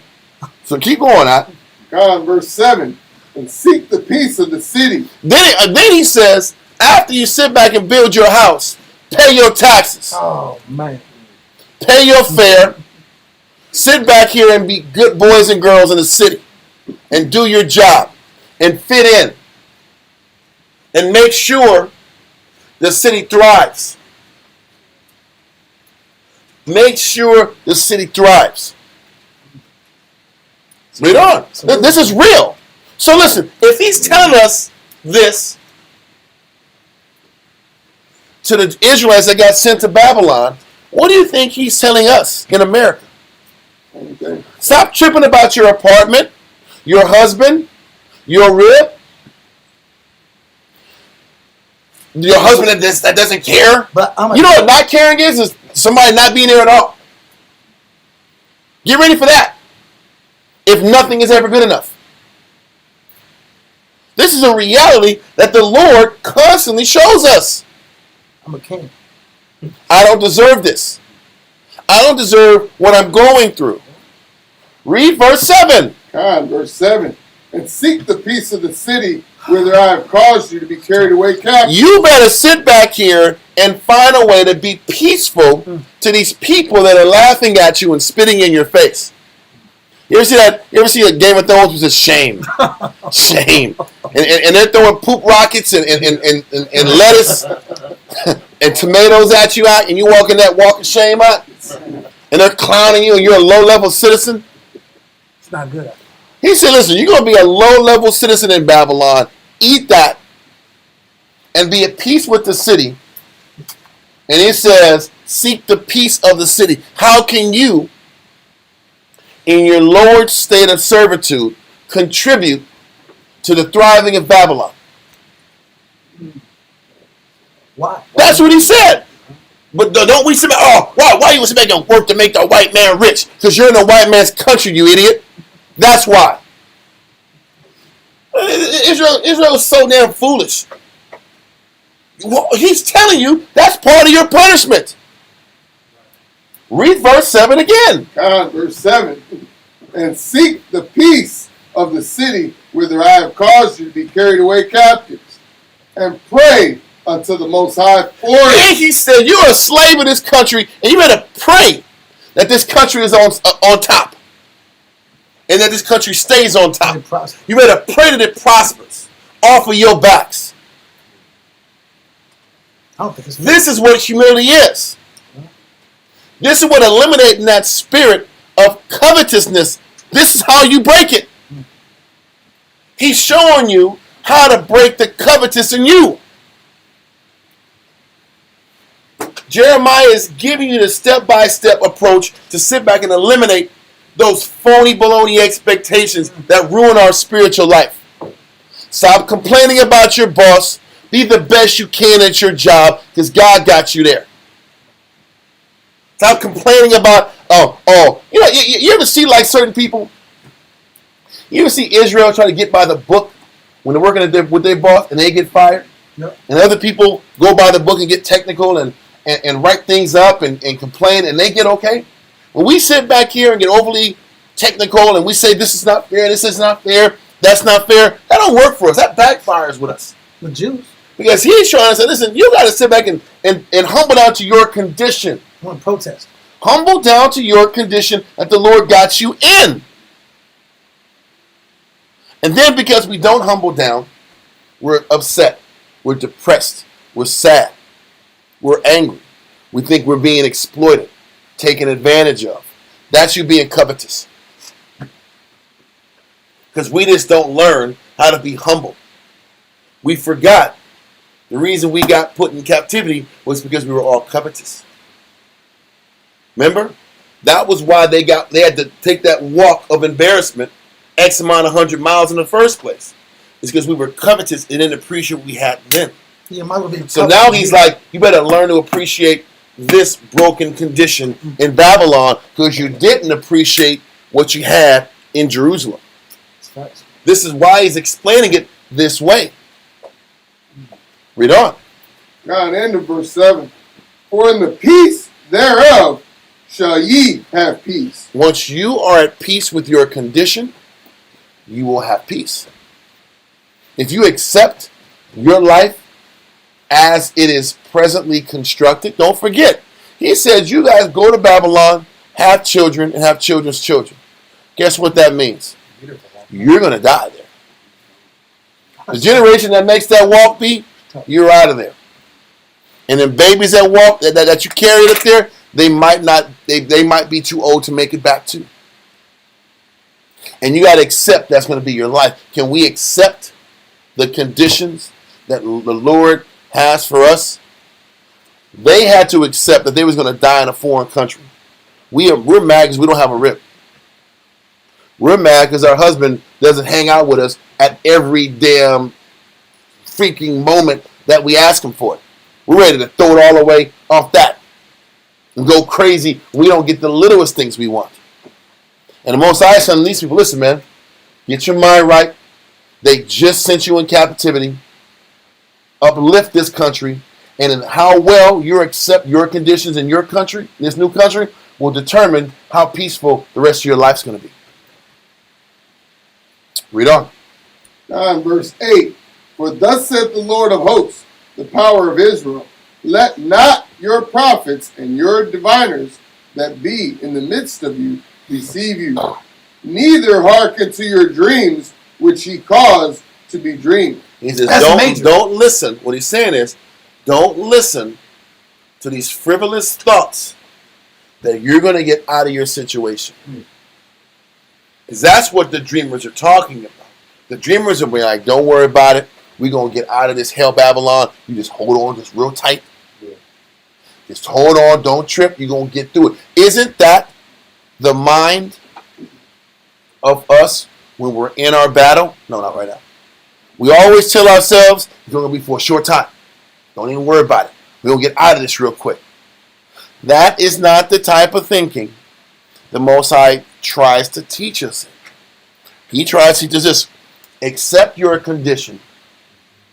And when and if I choose to pull you out, I'll pull you out. Walk around with this false hope brings about a negative mind. You're setting yourself up for a covetous mind. He's telling you, accept the conditions and the Most High pulls you out of your condition. It's that simple. I remember looking at when everything broke down and stuff. I was driving this like blue car, bro. I don't know if y'all remember that car, that Hyundai, that Sonata. Man, you know what? That car had like first of all, I was glad I had it because my other car, the transmission blew out and some other things happened. So I was driving this car, man. It was loud though, bro. It was loud. Like, I was like, I'm not even pushing the gas yet. I'm just turning it up. I'm like, yeah. I was like, so fast. I was like, cool, man. But I was like, you know, it's cool. And I'm driving around. It makes so much noise, and it didn't have a really great radio. Yeah. And the point is this: I didn't trip, and I'm not. I can tell you, in all honesty, I didn't trip. I didn't complain, and I'm like, I'll be rolling this shit to a Christ contract, and that's okay. And you know what? I looked up, and I don't remember how long I drove it. It was months, maybe a year or two. And then I got another car. But you know what? The car wasn't like the one I have now. It wasn't like this is some Mercedes. But it was a better car. that gave me what I needed A to B. If I was in the wrong spirit, I would have been looking for something more. I'm like, well, a general should have this kind of car. General should have these shiny wheels and have like Mercedes signs and up. That's what I deserve. But you know the reality is, it wasn't about that. It was about what I got, and I'm appreciative for what I got. And this is a lesson for me and all of us. When I'm okay with what I got, most I will open up options for other things for me to get. But if I'm sitting back here stressing out about why I'm driving this whip, this is BS, this ain't fair, the Most High extends out how long I get the next blessing.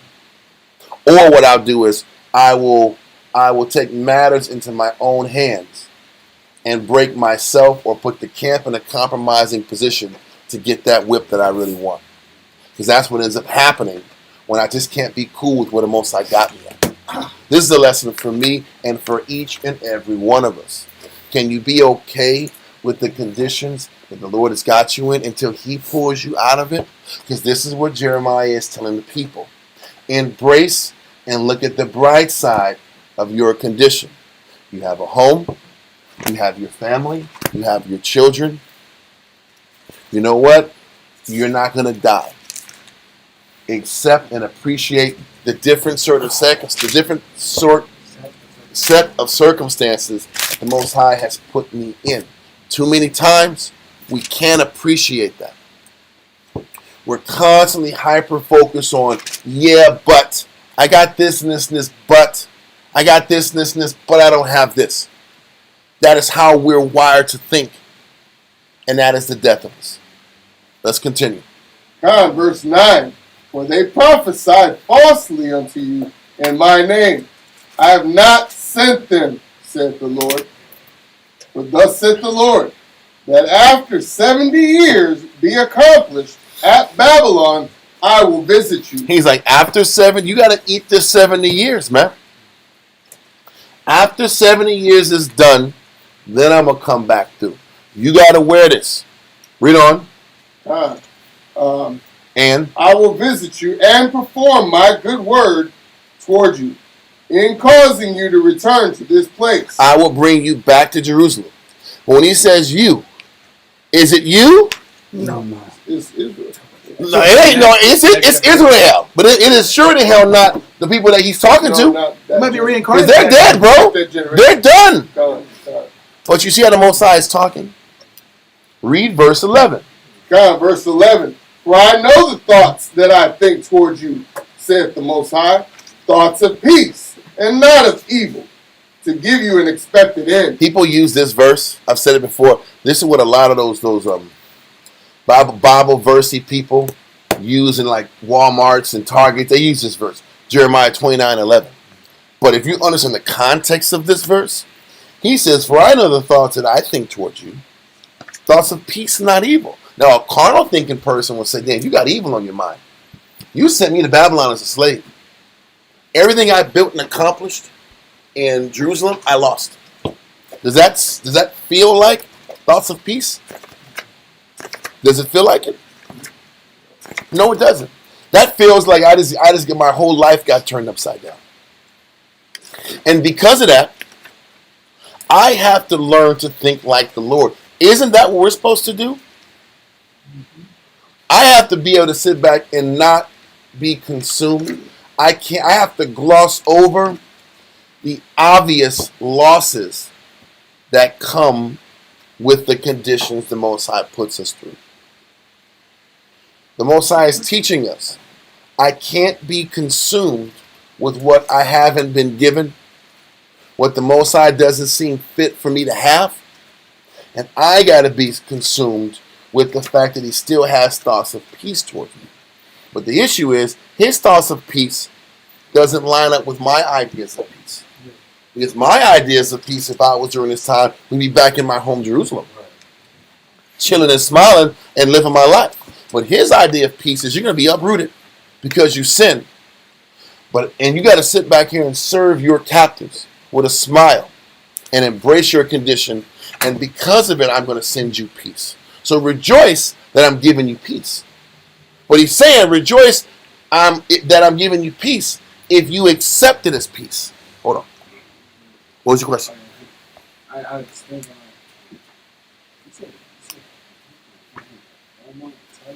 No, I didn't say people. I'm just saying the slogans that are used at the stores. You'll see like pictures and frames saying these verses. You'll see Jeremiah 29:11 on some of these verses on frames and pictures in Walmart and Target and places like that. Yeah, TJ Maxx. You'll see Jeremiah 29:11 all the time. So what I'm trying to say is, I guess the point I'm still trying to drive is we have to learn how to think like him. He's like, if you accept the conditions that I have you in, you'll see that I actually love you and I intend to have peace on you. But you can't get the peace of the Lord until you accept the conditions. Now, we're reading in Jeremiah 29 about our first diaspora, but it's the same concept in our life. Can you find, you won't see peace, you won't see the peace of the Lord until you can see peace in your condition. Does that make sense? Until you can see peace in your condition, you won't see his peace. So read verse 11 again. Verse 11. For I know the thoughts that I think towards you, said the Lord, thoughts of peace and not of evil, to give you an expected end. But the expected end is positive if you can learn to bear it and accept the conditions of it. If you can see the good in it and be content, you'll see the peace. But too many of us don't or choose not to see the peace. And this is why when you read it down later, a lot of the people that received the letter didn't like it. A lot of them didn't like it. They weren't buying that. They didn't accept it. They didn't accept what Jeremiah was saying. They didn't want to hear the bad news. A lot of people don't want to accept the lot the Most High got individual people in. And these guys could easily, man, it's not fair. How come they didn't get sent? Why did I have to get sent? Isn't that the mindset that we have?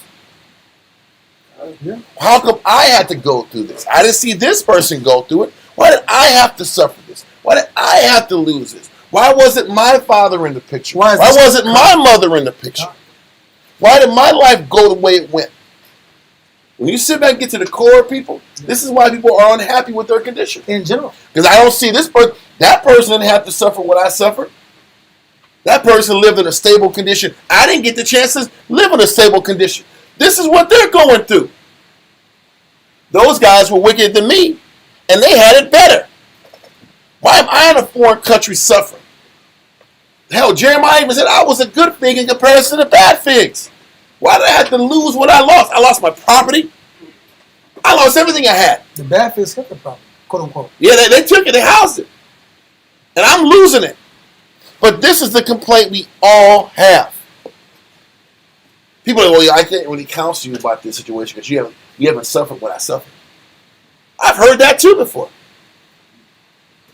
You haven't lost what I lost, so you really don't understand it. Well, the Lord understands it. And the Lord put you through it. And how come you can't accept what the Lord put you through? Because he's telling you, if you have peace and you accept the condition, you will see my peace. You will see the good that I have for you once you accept what I put you through. But for most of our people, we can't accept that. And we can never maturely get over that. And we stay being bitter. The more bitter we are, the more we envy ourselves, the more we keep self-sabotaging ourselves, we'll never see the Lord's peace. Because we'll never be able to see that the Most High come through and give you something really big. Because why would the Most High give you something really big when you can't appreciate what's in front of you? Think about this. Why would it give you a bigger blessing when I can't appreciate the blessings in front of me? So I'll never see the peace. Because I can't see the peace in the present condition, so I'll never be rewarded with greater peace. Yes? And this is why you meet people that have on the outside or that used to be Israelites, they'll say the truth didn't work. Yeah. This is the backstory before they got that statement. Mm-hmm. People go in your ears. You want to do this, man. You don't want to do that, man. Pass it up, man. You don't want to work them schedules, man. Bible stuff, man. This big class. You don't want to work that schedule, man. Yeah, work. Everybody like little boost. You don't want to do that, man. Everybody sound like this. Yeah. All these people, man. Like all these people, man, talking down. Oh, whoa. You ain't got no time. There's always class and counsel and work in their brother's house. You don't want to do it, bro. And this is why I choose to live a life of quote unquote fake freedom. Selfishness. Yeah. I chose selfishness because I don't want to be I don't want to sit back and be submitted to the Most High's peace. Listen, this covetous issue is big amongst our people. It's bigger than we talk about. We could be amongst this work for years and not be happy. Not learn to see the good in things. Just see bitterness in everywhere we go. Listen. Let that go. Let the Jeremiah verse go. We're not even going to worry about the Matthew Henry. We're going to sit back here and go to... yeah, we're done with that. I'm trying to think of some verses because we're getting really late in the topic. I got. Was that? We're like 4 verses in, bro. I mean, it's crazy. Listen, we on this. We only on this. I will wait. Listen, bro. Philippians. We're going to Philippians. We're going to go to Philippians chapter 4, verse 11 through 13. So my question is this: is it my responsibility to fix this problem? Yes. We read it in Psalms 119. We better study, read, study the testimonies to kill that covetousness in us. What do you think David was doing when Saul was smiling and breaking laws? The Lord said, listen, you're supposed to be the king, and this guy's in caves, bro, dealing with sciatica. Really? Listen, I can't prove that, but you get my point. You just keep it on these hard-ass rocks, body on fire. Eating locusts all damn day long. This guy's smiling, eating buffets. Yeah. It's like golden crown every day for this guy. And you're suffering in the cold. And you're like, what kept me from being covetous and being angry at my condition is by how much I'm studying these scriptures. Yes, I had a question. So after the 70 years, like historically, what happened? They came back. Not those guys. Those guys was buried in Babylon. Right. That's what happened.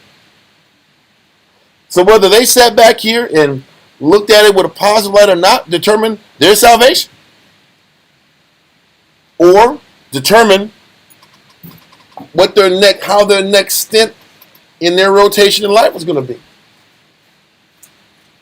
This is the same thing as us. A lot of us don't understand that a lot of our lot of life came from our lives previous. About that one. Anyway, Philippians chapter 4, verse 11. John.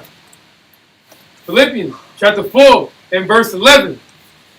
Not that I speak in respect of want, for I have learned in whatsoever state I am, therewith to be content. Paul was like, I accepted my conditions of life.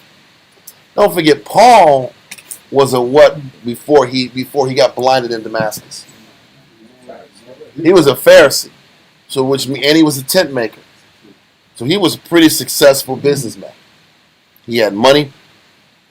He had bread. He lived a comfortable life. Right? So now he's coming from a position of, I'm not coming out of a position of want. But I know, and I've learned how to be content in my circumstances. This goes back into killing that spirit of covetousness. Read on. Verse 12. I know both how to be abased, and I know how to abound. I'm going to say this. He knew how to abound. He abounded when he was a what? When he was a Pharisee. Now he knows how to be abased. He's living day to day, check to check, circumstance for circumstance. That was Paul's life when he started sitting back here and being on those missionaries. The thing is this: there is a reason when you read about the prophets and you read about Paul, they don't go heavily into their finances and their money. There's a reason.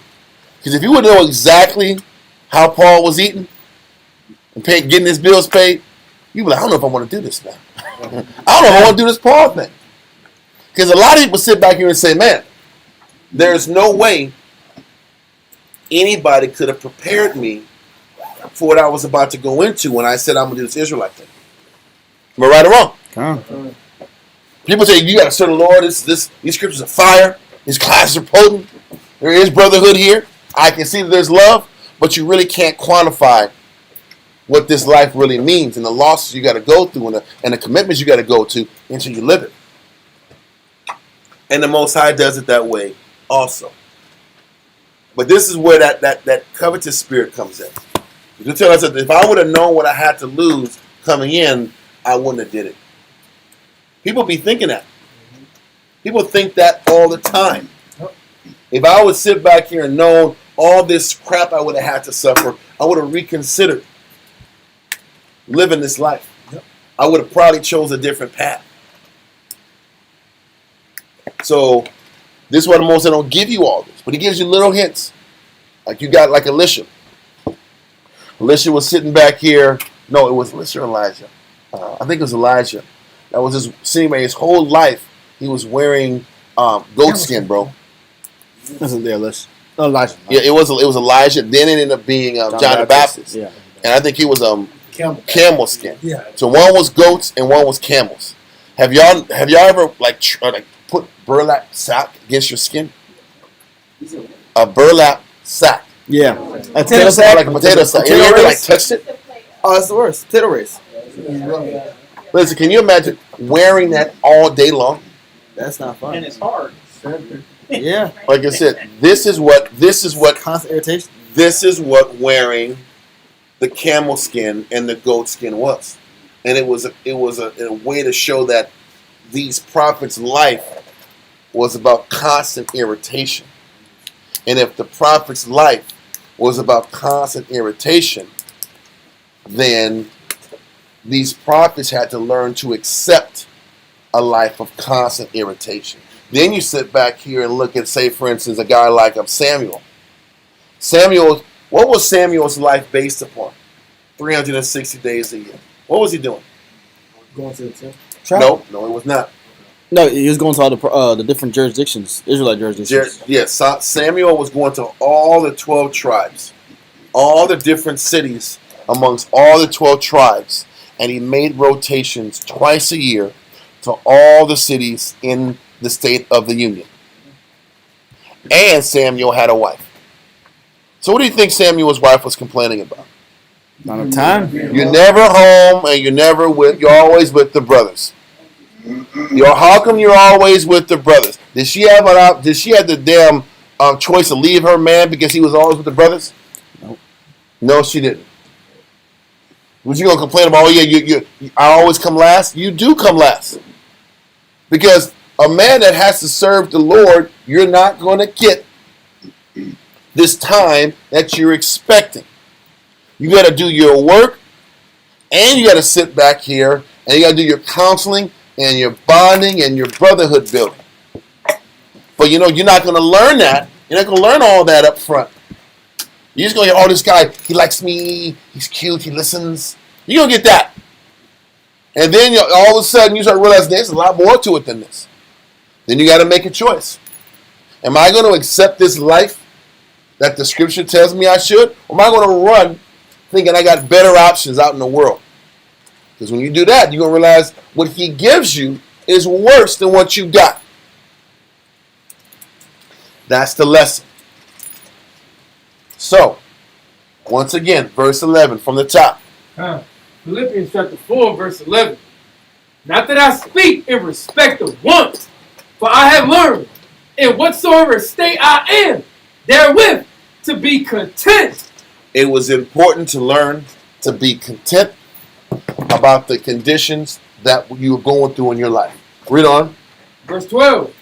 I know both how to be abased and I know how to abound. And Paul understood what having things was, and he understood what being downtrodden and living check to check and being broke was.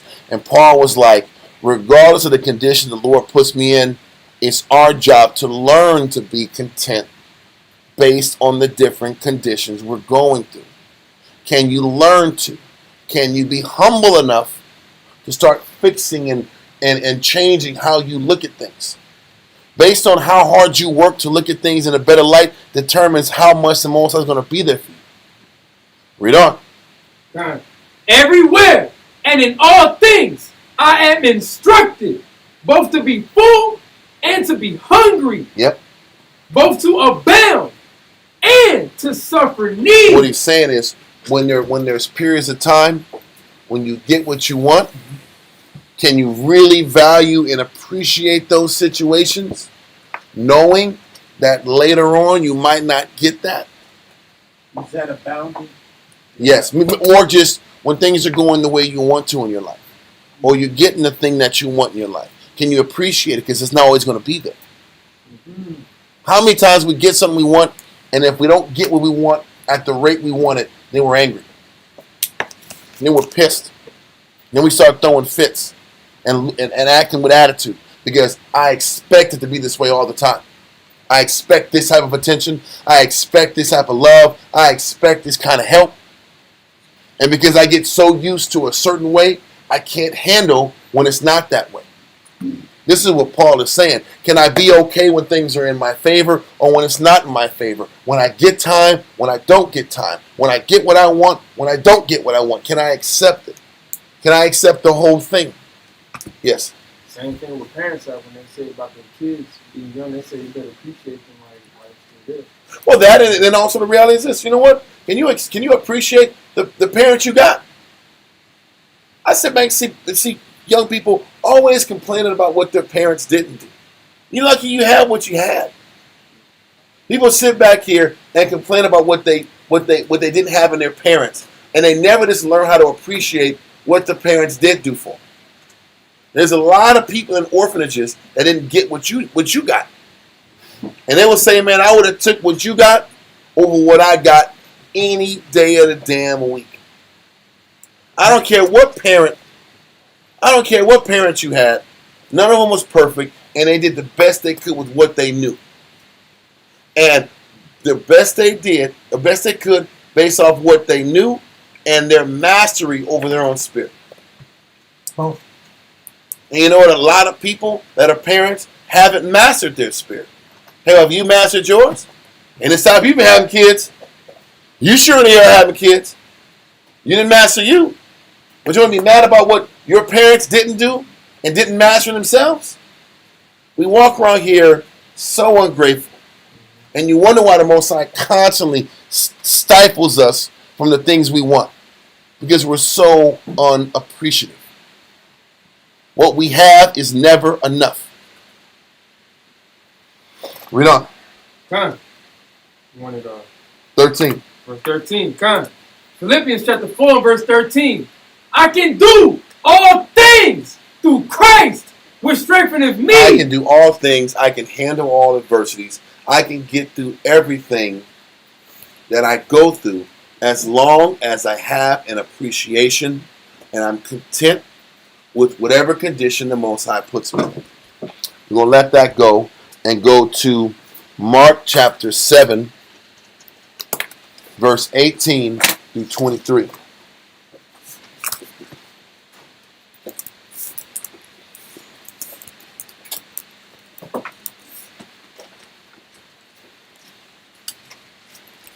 Mark chapter 7, verse 18. You ready? Yep. And he saith unto them, Are ye so without understanding also? Do ye not perceive that whatsoever thing from without entereth into the man, it cannot defile him? And this is not talking about pork, shrimp, crab, and lobster. Right. He's not talking about words. He's talking about words and your environment doesn't break you. It's the things inside of you that react to your environment that breaks you. Read on. Because it entereth not into his heart, but into the belly, and goeth out into the draught, purging all meat. Read on. And he said, that which cometh out of the man, that defileth the man. It's the negative that's inside of you that gets exposed based on different conditions happening to you is what defiles and destroys a man. Now, I'm not going to take this verse or these verses and focus on all the specifics and all the different things that defile you. I'm going to focus on covetousness because that's the topic of the class. Being content and covetousness. We're going to focus on that. That defiles a man. Read on. 21. For from within, out of the heart of men, proceed evil thoughts, adulteries, fornications, murders, Read on. theft, covetousness. He's telling you that covetousness is what defiles a man or a woman. That part of you that just doesn't appreciate his or her life, his or her conditions, all of his or her circumstances. If you remember we read that Matthew Henry part where it says it's not about just controlling and keeping covetousness at bay. You got to eradicate all covetousness. If you don't kill all that covetousness, you're not really doing your job. He's telling you that covetousness is what defiles you, meaning it makes you disgusting in the eyes of the Heavenly Father. We have a responsibility to break that in us, because he's telling these are the things that separate us from him, that will eventually keep us away from the kingdom. It's our lack of appreciation for the lot, the condition, the situation he put us in. Read on. It's so dangerous because you can be knowing the law, quoting verses, doing the work. I see a lot of people doing the work. They dedicate, they sacrifice, they work hard. Brothers, sisters, they commit. They're good people, but they can't see the good in their life, and they're still defiled. What good is all that work? What good is all that sacrifice if I'm just not content and appreciative for what the Lord's given me? And a lot of times they'll say, man, I'm a good person. I try hard. I care. I give to people. I care. I consider people. I'm thoughtful. I'm loving. I'm kind. I gave 15 of my years of my life to this, 20 years of my life to this. What good is all that outward stuff if I can't appreciate what the Most High has put me? And I can't value my life like he gave me. That still makes you defiled. You don't have to commit adultery to be defiled in the eyes of the Heavenly Father. You don't got to steal from people to be defiled in his eyes. You don't have to have wickedness and deceit and lie. And you don't have to have all that. You don't got to be lascivious and have all this pure pride and hatred to still be defiled in the Lord's eyes. Because that covetous is very subtle. It's very subtle. And that subtle sin is what breaks us. Read on. Verse 22. Theft, covetousness, wickedness, deceit, lasciviousness, an evil eye, blasphemy, pride, foolishness. All these evil things come from within and defile the man. God, let that go and go to Luke chapter 12. Luke 12, verse 13 through 15. God. Give me Matthew Henry 14:56. You know when you're Right? Yeah. Luke chapter 12 and verse 13 reads, and one of the company said unto him, Master, speak to my brother that he divide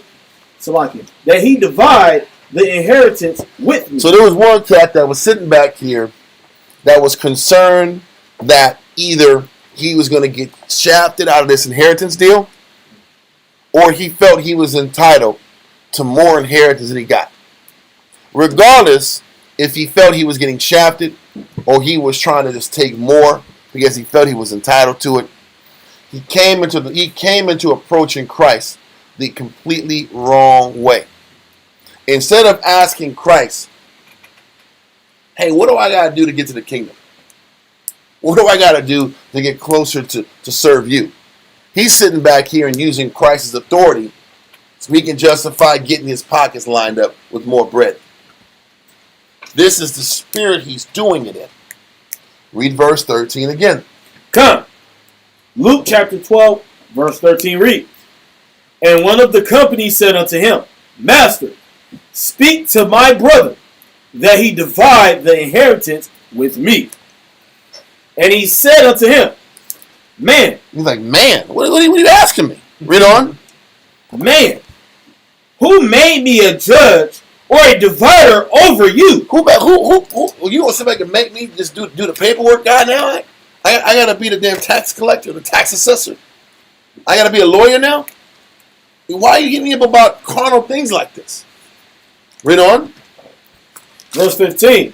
And he said unto them, Take heed and beware of covetousness. He says, take heed and beware of covetousness. Beware of that part of you that thinks you're getting the shit under the stick. Beware of that part of you that just can't be satisfied with however the Most High works the situation out. Be careful with that part of you that always thinks they're being slighted. That thinks their whole life was a slight. Because that's a covetous person. This guy didn't have enough trust in the Most High that he was going to get what he was supposed to get. Right? If he just trusted that he was going to get what he was supposed to get and he'll be okay, he would have never asked Christ that question. But there was always in the back of his mind something eating at him saying, you're going to get done wrong. You're not going to get what you deserve. How many of us walk around every day telling ourselves we're not going to get what we deserve? How many of us have a laundry list of reasons to tell us we're not going to get what we deserve? I've never gotten what I've deserved. I've always gotten the short end of the stick. I've always been last. I've always never got what I felt I should have got. How many of us think that? Don't raise your hand. Just ask yourself that. Honestly ask yourself that question. Because if you're walking around here telling yourself you've got the short end of the stick, you are a covetous person. Because that's the spirit that this man is approaching when he talks about this inheritance. He feels he's going to get slighted because he always feels he's going to get slighted. That covetous person always feels he's not going to get considered. And that fuels his selfishness. That fuels his negativity. I got to cover myself because nobody else is going to cover me. I've never been covered. I've never been looked after. I've never been taken care of. That's the mind of man that's covetous. And women that are covetous. Read verse 15 again. And he said unto them, Take heed, and beware of covetousness, for a man's life consisteth not in the abundance of the things which he possesseth. It's not your life isn't based upon what you got, what you think you're not getting, what you think you should get. That whole interaction gets you in trouble. When I'm stressing about what I deserve, what I think I should get, when you're sitting back here and keeping score, there's a lot of us that walk around here keeping score. That person got this. I didn't get that. Yeah, I got this, but you know what? That person got this too. People are keeping score in life. Everybody got this, but I don't got this. What about I'm keeping score? I'm looking at people around me that got these things and I didn't get. That's them one. Me got zero. I'm gonna say me got zero too. The sisters got this. They're happy and I don't have it. They got one. Me got zero. Sound like Jar Jar Binks now. Me got zero. Me got nothing. Me mad at Most High. Me mad at Most High. Me not get what I think I deserve. Walking like this. Angry as hell at God. But that covetous spirit is real. I'm going to go read Matthew Henry real quick. It said, the caution itself, take heed and beware of covetous, meaning observe yourselves, keep a jealous eye upon your own hearts, lest covetous principles steal into them. Say it again. Observe yourself. Always keep on top of yourself. Always be aware of that jealous eye that you have. Once you choke that jealous eye, Once you choke that covetous, unappreciative spirit, you have to always be on top of that jealous side. That part of you that thinks it ain't fair. Life ain't fair. You should have this. You should have that. Why isn't it this way? Why does this person have it this way and I don't have it this way? You always got to be on top of that jealous eye. It said, keep a jealous eye upon your own hearts, lest covetous principles steal into them. We operate, we play with these covetous principles. The thoughts and the feelings and the concepts, there are certain building blocks in your mind that you build in your mind, telling yourself, this isn't fair. You were done wrong here. You should have had more here. You're entitled to this. Your life isn't fair. It's not square like everybody else's. There's certain principles, there's covetous principles that we all feed. And it takes like a lot of time to break down those walls and those principles that we play with. This is, like I said, you don't want to play with these justifications in your mind because it's very hard to knock them down. And you know, these covetous principles start with a victim mentality. When you're a victim, then you deserve things. My parents weren't there, so that gives me justification to want more things. Want more attention, want more blessings, because I didn't get this when I was young. How many people operate like that? Because I went through this amount of hell, then I am justified to operate with this type of negativity. Yep. It happens all the time. Facts. And those principles are based upon a covetous eye. Lest covetous principles steal into them. It says, keep a strict hand upon your own hearts, lest covetous principles rule and give law into them. All these, he's saying the same thing we're talking about. Staying on top of this covetous mind to not let it break you and destroy you from the inside. Because a man or woman will tell himself that life ain't fair, their conditions aren't fair, and you can counsel them all damn day long, they're not changing their stance. Have you talked to a person like that? A person that feels they're the victim, who feels they've been done wrong, and you can't tell them nothing. They're not listening. They're not listening. They're dangerous spirits to deal with. Okay. Okay, yeah. Real quick, in Josephus, I'm going to read it, page 31, dealing with the spirit of Cain.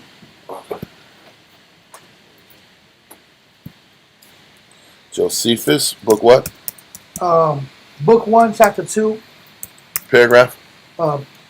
Paragraph 1, point 53. I don't know how to say it. Just point 1.5, like 1.5? Is it in the middle or the top or what? It's right here. Just say, is it paragraph 1? Yeah. It's in paragraph 1. That's fine. Okay.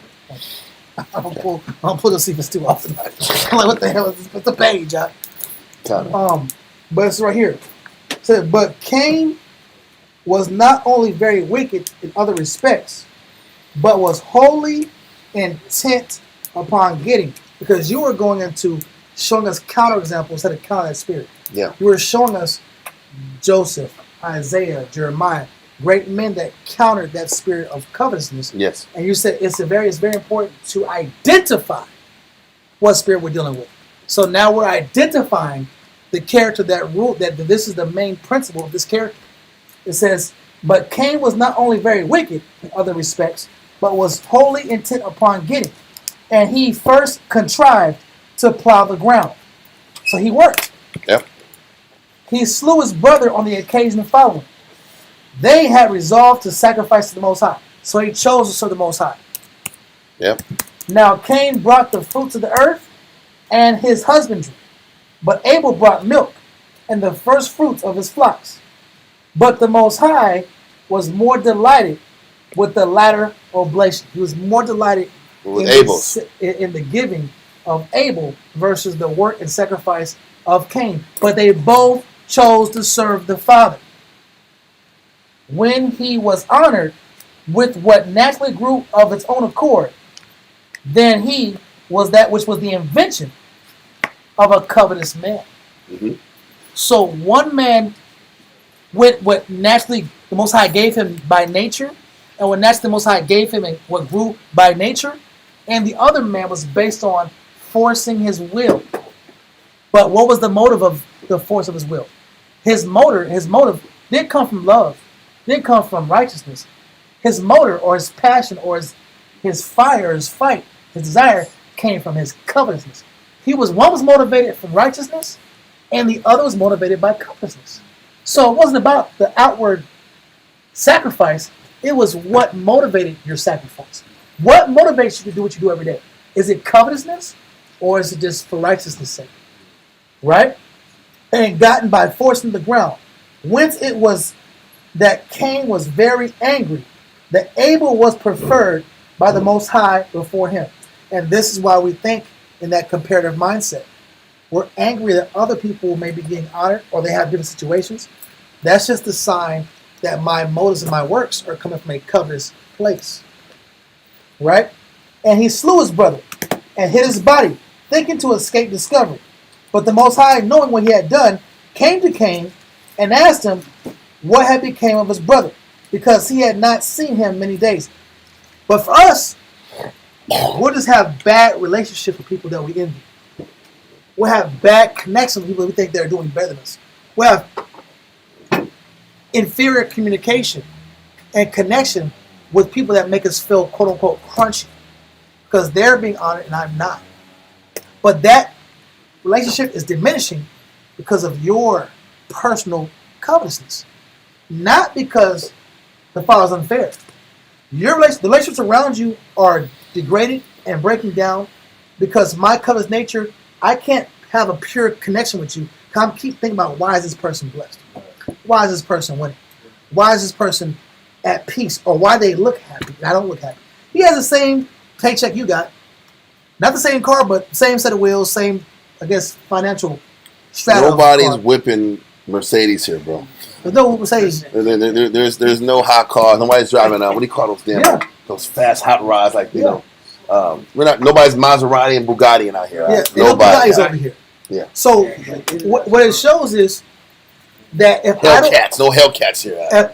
When the war was going into how the spirit of covetous steals into people, if you don't guard it, it's going to affect you, your day-to-day happiness. And like Elisha went into, it's going to sit here and you're going to sit here and not enjoy your day, not enjoy your life. You're going to envy yourself, but then you're going to start having a problem with other people. Start collecting reasons why you can't deal with people or why you have a problem with them. It affects everything around you. That covetous spirit really is bad. I now see why it's necessary to really to go into emphasize. Yes, and listen. Let's go to Exodus 18:21. It just is what it is. Exodus 18:21. Then I got it. Then Ephesians 5:3. Exodus chapter. I'm kind of jumping because we're running low on time. Go Exodus 18:21. You know, it's crazy when the Most High is choosing what men to work with, what men to like really give His Spirit to. Part of the prerequisites was this. Read that. Exodus chapter 18, verse 21. Moreover, thou shalt provide out of all the people able men. Matter of fact, read verse 14. Exodus chapter 18, verse 14. And when Moses' father-in-law saw that all he did to the people, he said, What is this thing that thou doest to the people? Why sittest thou thyself alone? And all the people stand by thee from morning unto even. So this is Jethro approaching Moses saying, listen, man, you have all this responsibility on you. You have thousands upon thousands of counsels every day. You're going to go crazy.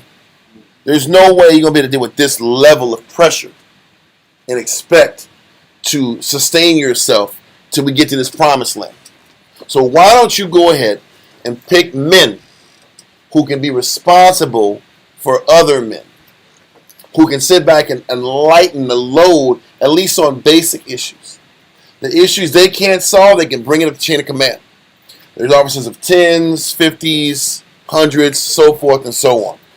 But we're going to go on to verse 21 that gives you the prerequisites of what it takes to even be considered leadership material. Read 21. Verse 21. It says, Moreover, thou shalt provide out of all the people able men, such as fear the Most High. So, fear the Most High, check. Read on. Men of truth, hating covetousness. A lot of men can't get ranked in. A lot of men can't get ranked here because you got to hate covetousness. You have to hate that part of you that can't be appreciative for what he's got. If I'm walking around here angry about my situation, guess what? You can't get ranked. Can't be the example. That's got to go on the list. Wow. That's got to go on the list. If you don't hate covetousness, you can't get ranked. A lot of people are unappreciative with their conditions and wonder why. It's funny, the Most High stifles them from getting ranked. The Most High said it, but just Most High stifles men that aren't appreciative from going up in rank anyway. Yeah.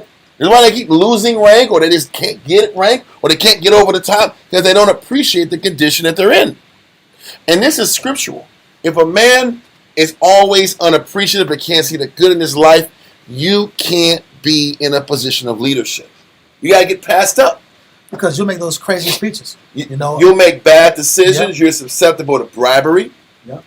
You're susceptible to compromising right from wrong. Oppressing other men. Doing people wrong. You're not going to be in a position to help other people because you can't get past your own life and what you're not getting out to deal in your life. So you really can't get ranked. Read it again from verse 21. Exodus chapter 18, verse 21. Moreover, thou shalt The Bible is provide. awesome, man. The Bible is The awesome. Bible is awesome. The Word of God is awesome. It really is. Read on. It says, moreover, thou shalt provide out of all people able men. All of the people able men, such as fear the Most High, men of truth, hating covetousness. You're not able to lead if you got covetous in you. If you're not appreciative and content with your life, you're scratched off the ballot. He's going to be delusional. How about that? Listen, and you're not going to judge right. Because your judgment is skewed. If I can't see the good in my life and be okay with my life, then my judgment is skewed. My viewpoints are skewed. My counsel is skewed. My solutions are skewed. Read on. And place such over them to be rulers of thousands and rulers of hundreds, rulers of 50s and rulers of 10s. If you can't see the good in your life, I don't want you over 10 people. No thank you, B. I don't want you over 10 people if I can't see the good in life and people and circumstance. Robert, what was you going to say, Elijah? No, I was going to say, it goes back to that point. If you can't do good to yourself, you're evil to yourself, then how can you do good to others? Huh? And also, in a position of leadership... You said that fast. Say that again. Slacking. Like we went earlier in Ecclesiastes 14. If you do evil to yourself, yes, how can you do good to others? But it also goes into the role of a leader. Because the role of a leader has the knowledge or the influence to make or break someone's spirit. Like in Ecclesiastes 37, there's some counselors that just counsel for themselves. Mm-hmm. They just counsel for their benefit. So they'll tell you things, they'll influence you in certain ways of operating just so they can ultimately win in the end. God. That type of person is the covetous or the envious person. Mm-hmm. That ultimately, the Most High never won a position in the first place. God. I missed it. I ain't gonna lie, brother. I missed it. Oh, let's just keep going because we I only want have so much to time. my ears didn't catch it. Well, listen, you got. That's why we got rewinding devices. Yeah, that's why it is that. That's a little circle button. Sorry. It's a circle button with an arrow on it, and you got 10 in the middle. That's not a joke, but I was like 2 or 3 times. I get it. It's a circle That was button. on me. That's on me. It's a rewind device. Just push the button. That's important. I think it's on this side of the screen from your perspective. Push this button. Like pop, pop, pop, pop, pop, pop, pop, pop, and you got the answer. That's the benefit of being on your Google devices, man. Thank God. Listen, he brings out the funny in me, the laughing. I already know it. I got distracted. I want to hear the point. Okay. No. Let's keep going. Let's continue in Luke. We're gonna go back to Luke 12, and then we're gonna read verse 16 through 21. The crazy thing is this Luke 12 really hits the spirit of covetousness, like from verse 13 all the way down to 31. Wow. It deals with covetousness. This entire chapter. I'm going to try to at least get this chapter knocked out before it gets too late. So we just talked about from verse 13 to 15 is that covetous individual that that can't see the good in the condition of their life, and how the Most High was kind of saying, listen, your life ain't based upon what you're getting out the deal and what you're gaining and what you're pushing for. Your life is based upon how well you can be appreciative about what the Lord's given you. That's what your life is about. And then if I can appreciate what the Lord's given me, then whatever he gives me, I'll be more in a better position to appreciate it if I can accept what I have initially. Read verse 16. Come. Luke chapter 12 and verse 16 reads, And he spake a parable unto them, saying, The ground of a certain rich man brought forth plenty. So this is one man. He was successful in his business. And in order to be successful in anything, you have to put your blood, sweat, and tears in. I don't care what the hell it is. If you want to be a good teacher, you better study. If you want to be a good person in agriculture, you got to be about that action. Okay? So he was plentiful in the work of his hands. Read on. Come. And he thought within himself, saying, What shall I do? Because I have no room where to bestow my fruit. So he already had a really big storage barn already from all the accumulation of his work prior. But he's like, whatever devices and instruments and skills and laborers he had set forth in his enterprise, he was preparing for a bigger move, a more successful endeavor. So he had to sit back here and decide to build a bigger barn to handle the excess he was about to go forth in pursuit. Read on. And he said, This will I do.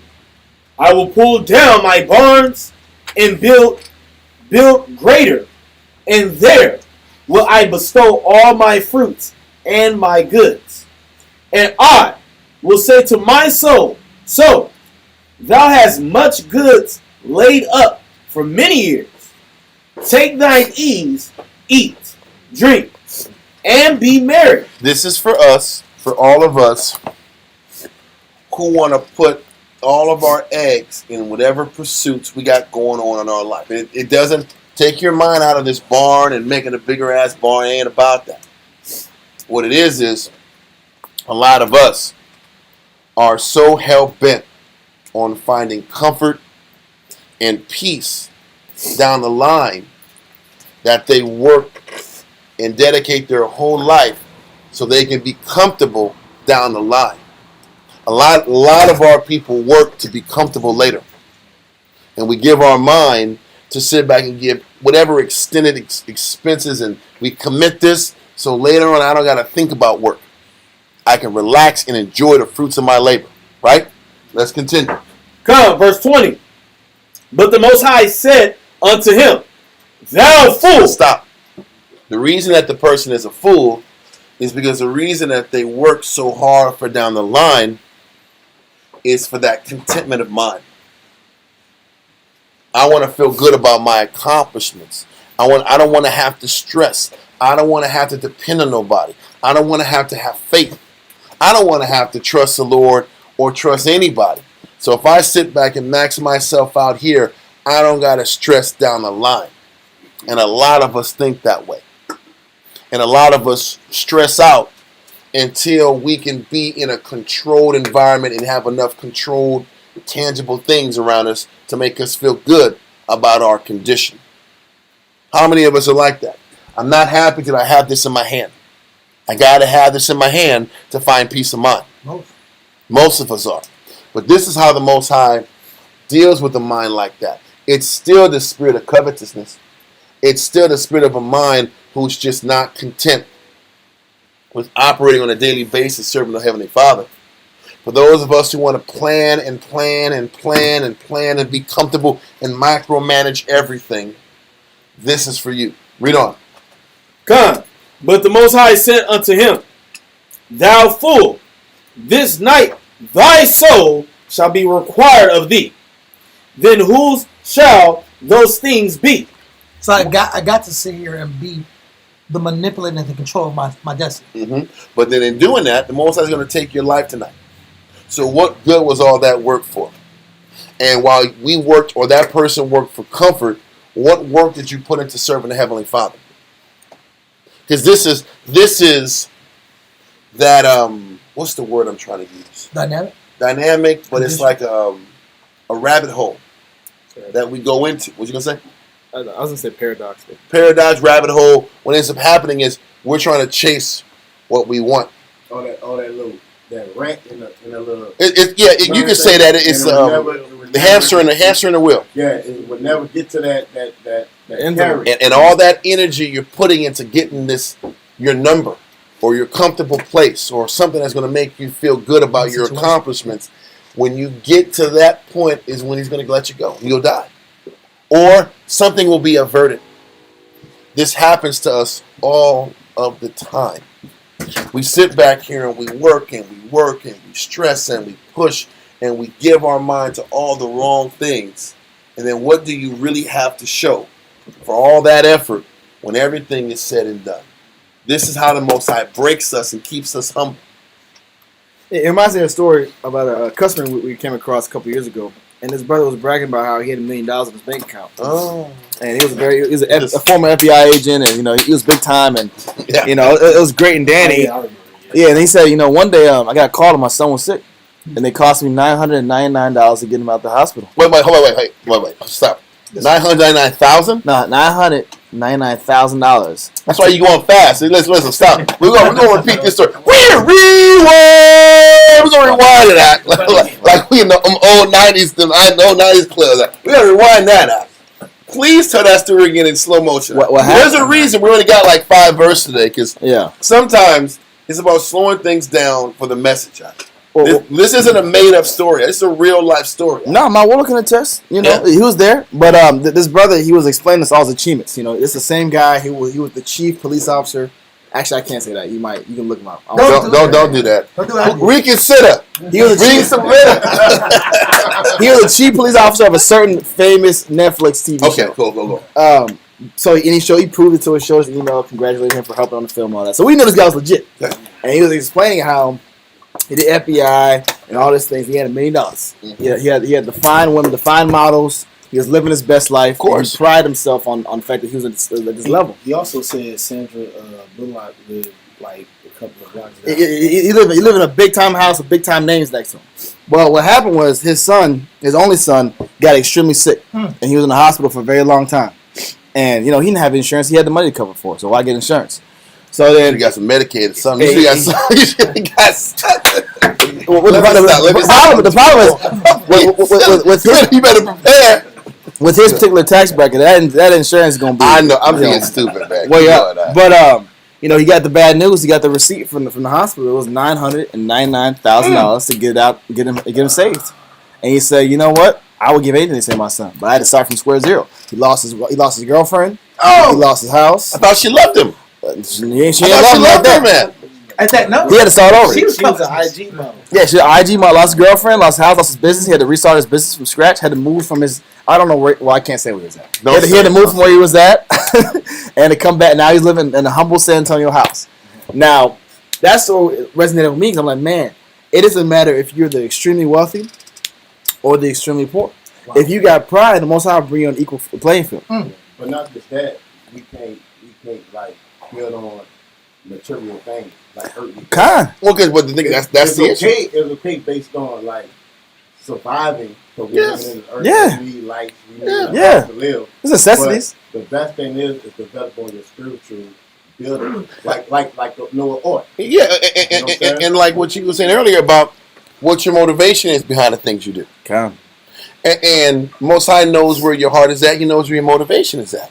And the thing is this: if He wants you, you're going to learn how to be content with the conditions He's got you in. Right. Or He's going to make your life worse. For those of y'all who's just getting to class, it's important to go back to the beginning. We read about, he says, the majority of our nation was covetous from the beginning. Yeah. And for those who were covetous, we read in Jeremiah 8 and 10, the Most High took your lands and your wives from you.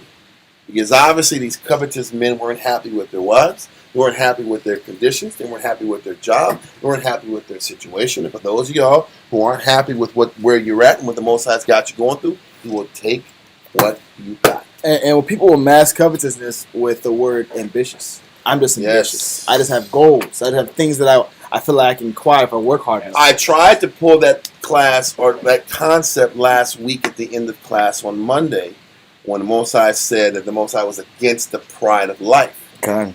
Because the pride of life was ambition. Yeah. It was that desire to push past the scenario the Most High got you in. The problem is we just can't accept where the Most High got us in. So what ends up happening, that ambition or that covetous gets to the point that you push past your circumstance by compromising right from wrong to get what you think you deserve. The Most High always has you on that cusp.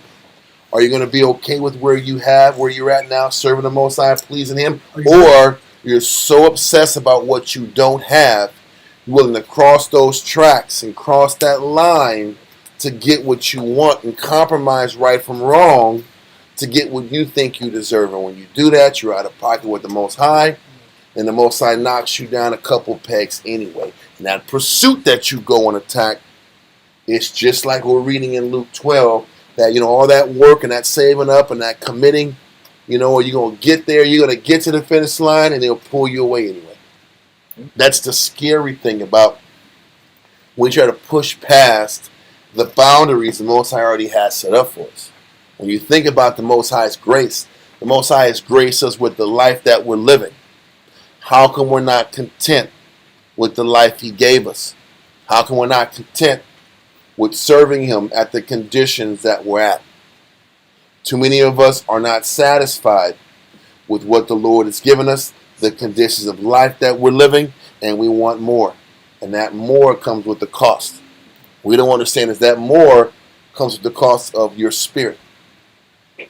And There's too many exchange. times that there is a definite exchange for getting what you want in the flesh or getting what you think you deserve in the flesh. The further you go out of reach of what the Most High has allotted for you, the more you got to give up. So let's continue in Luke. I want to at least finish this chapter up. What verse are we at in Luke? Verse 20 still. Okay, continue. Luke chapter 12 and verse 20 reads, But the Most High said unto him, Thou fool, this night thy soul shall be required of thee. Then whose shall those things be? Continue. Which thou hast provided? Read on. So is he that layeth up treasure for himself and is not rich towards the Most High. Because that's the point. It wasn't the fact that he had money. It was about all this energy you put towards building yourself up. What did you do for the Lord? Because when it really sits back here, you sit back and take these scriptures. You read it in Matthew? I think it's Matthew, where it says, Christ told the individual that didn't make the kingdom, when I was hungry, you didn't feed me. Yeah. When I was thirsty, you didn't give me drink. And then that person says, I never not gave you food. He's like, you weren't there for my little ones. Why aren't we there for our little ones? Because we're chasing paper. We're living our life. Well, if you think I'm not being clear, let's continue in the chapter. Let's read verse 22. And he said unto his disciples, Therefore I say unto you, take no thought for your life. What that means, it says, take no thought for your life. And you sit back here and you go, I think it is in, yes, it isn't that Blue Letter Bible.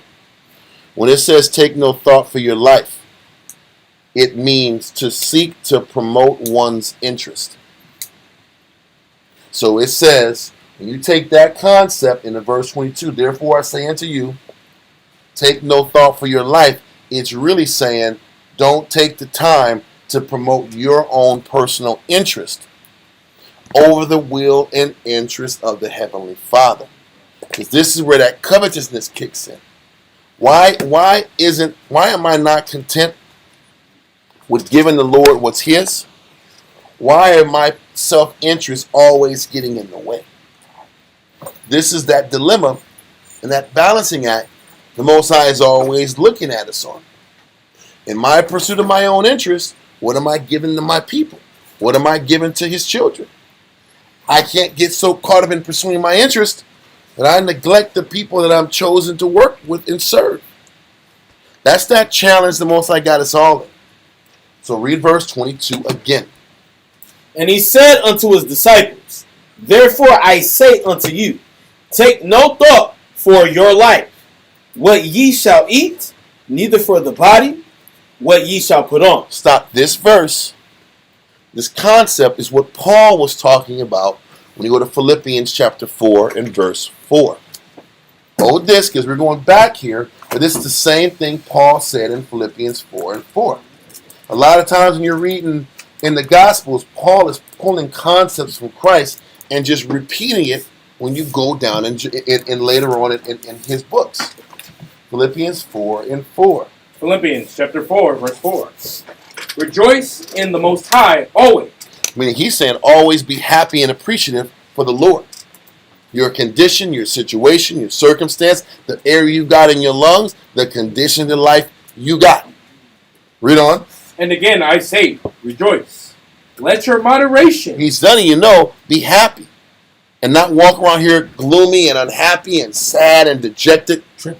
Read on.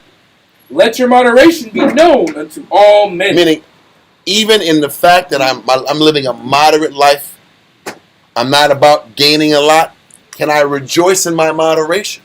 Can I rejoice in my humble estate? Read on. The Lord is at hand. Read on. It says, be careful for nothing. So now, be careful for nothing means not to be anxious about anything. The careful means not stress out about my conditions. So many times we're dealing with covetousness, unhappiness, anxiety, and stress about the things we don't have in our life. The brother's out there already. Okay, read on. Read verse 6 again. Philippians 4 and 6. Be careful for nothing. So that be careful for nothing is the same thing talked about in Luke. To be careful for nothing is to be anxious, to be troubled with cares, to seek to promote one's interest. Stop worrying about what you're not getting out the deal. That's where the anxiety and stress comes from in the first place. I'm stressed because I think I'm missing out on something. Stop stressing about what you're not getting out the deal. Read on. But in everything, by prayer and supplication, with thanksgiving, let your requests be made known unto the Most High. So what he's saying is, what you should be doing is even when you're asking for a blessing, even when you're asking for something, ask it in the spirit of thanksgiving. What that means is, I'm praying for something, but whether I give it or not, or whether I get it or not, it don't matter. I'm appreciative anyway. That's what the moderation comes from. If I want something, I'm asking for it. But if I don't get it, if it's not your will, I'm fine with not getting it. That's the spirit of how you ask for things. A lot of times when we ask for things and we don't get what we want, our whole countenance changes. Our whole effort changes. Our own commitment changes. We have to learn to be, because if I'm truly content with my situation, I can ask for something, not get it, and it don't change my day. That's how you know you're in the spirit of moderation, because I'm asking for it, and whether I get it or not, it's fine. It's the same thing that Shadrach, Meshach, and Abednego said when they were about to get thrown in this oven. And they said, you know what, I know the Most High can take me out of this situation and not have me burn. But if it's not the will of the Heavenly Father, then I'll gladly burn. That's the mindset we have to learn to have. If we're worth a damn in the spirit. So, what Paul is explaining here in Philippians 4, verse 4 to 6, is what he's also talking about in Luke chapter 12, verse what? 21. 22. Yeah, we got to finish that. Go to 22 to 31 on that. Oh. Yeah, read that. Go back to Luke.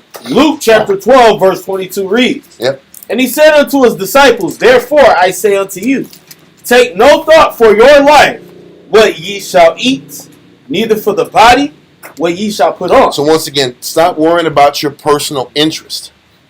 Too many of us, if I'm not getting what my personal interest dictates, then my service towards the Heavenly Father changes. It diminishes. It stops.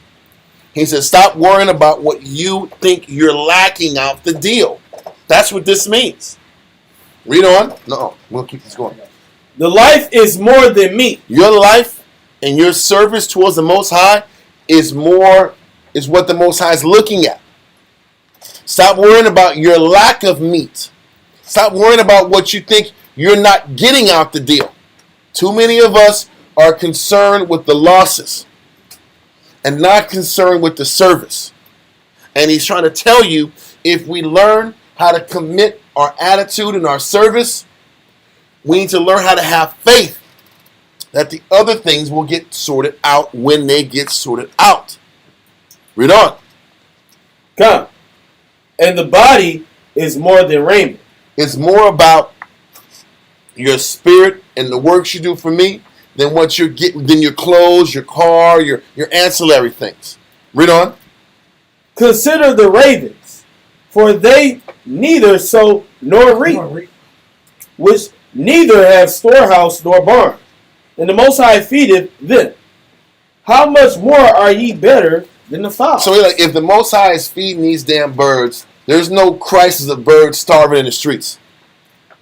Birds aren't just flying and dying on the damn streets, man, because there's no food. It's so damn hungry. There's no bread. There's no bread. Birds can't eat bread. There's nothing to eat. There's a damn epidemic of birds not getting food. The Lord's like, all the birds have enough food, my G. If the Most High gonna take care of these damn birds, you don't think He gonna take care of you? And why am I sitting back here wrestling? I'm gonna say wrestling with covetous thoughts and sadness about what you're not getting out the deal when the Most High is taking care of pigeons, rats on wings. He's taking care of rats with wings. Every day. These damn nasty ass possums got enough to eat out. I can't stand possums. They are fed at night. They eat. They are well nourished. All the little nasty, they're fed out. They're munching on something every night. If the Most High is allowing them to eat out, why the hell would He take care of our needs? The problem is we know we get what we need. We're mad that we don't get what we want. And that's covetousness. Read on. Verse 25. And which of you, with taking thought, can add to his stature 1 cubit? Nobody can change their height or their size at all. And then in the carnal, can you understand that you can't change your carnal circumstance unless you compromise spiritual things? There's no way you're going to sit back and change your condition spiritually. The Most High changes your condition spiritually. Now you might gain more in the flesh, but you got to give more in the spirit up. That's the trade-off. But He's telling you, you're not going to change your situation on your own and still be in order at the same time. So stop wrestling with that idea. Because we always tell ourselves, there's a way around what I'm not getting in my life. There's a way I can get it. There's not a way you can get it. You're not going to change your circumstance unless the Most High wants your circumstance changed. Read on. If ye then be not able to do that thing which is least, why take ye thought for the rest? Because we're covetous, and we want what we want. We see it, want it, buy it, own it. That's the mindset. That's the truth. That's a little flip all the way. He knew. He did know. He knew, and that's the mindset of all of our people. That's why we keep taking thought, because we think we can do it. And we don't realize and accept we don't have control of our situation. So stop going through carnal processes to try to get what you think you're lacking. Can you accept the Most High is going to grant you that rib when He sees fit to give it to you? Or that husband when He sees fit to give it to you? Or the pressure off of your circumstance when He sees fit? He'll take your pressure off when He sees fit. Until then, be appreciative for where He's got you in your life. Read on. Consider the lilies, how they grow. They toil not, they spin not. And yet I say unto you that Solomon in all his glory was not arrayed like one of these. Read on. If then the Most High so clothe the grass, which is today in the field, and tomorrow is cast into the oven, how much more will He clothe you, O ye of little faith? Once again, this chapter of Luke is dealing with faith, but really is dealing with covetous. Because let's be honest, just hold this verse and go to Matthew 6 and 11. We're just going to run it quickly read that. Matthew chapter 6, verse 11. Give us this day our daily bread. Are we happy with that? Because that's the Lord's Prayer. All we should be praying for is our daily bread. What's our daily bread, you might ask? Let's go to 1 Timothy chapter 6.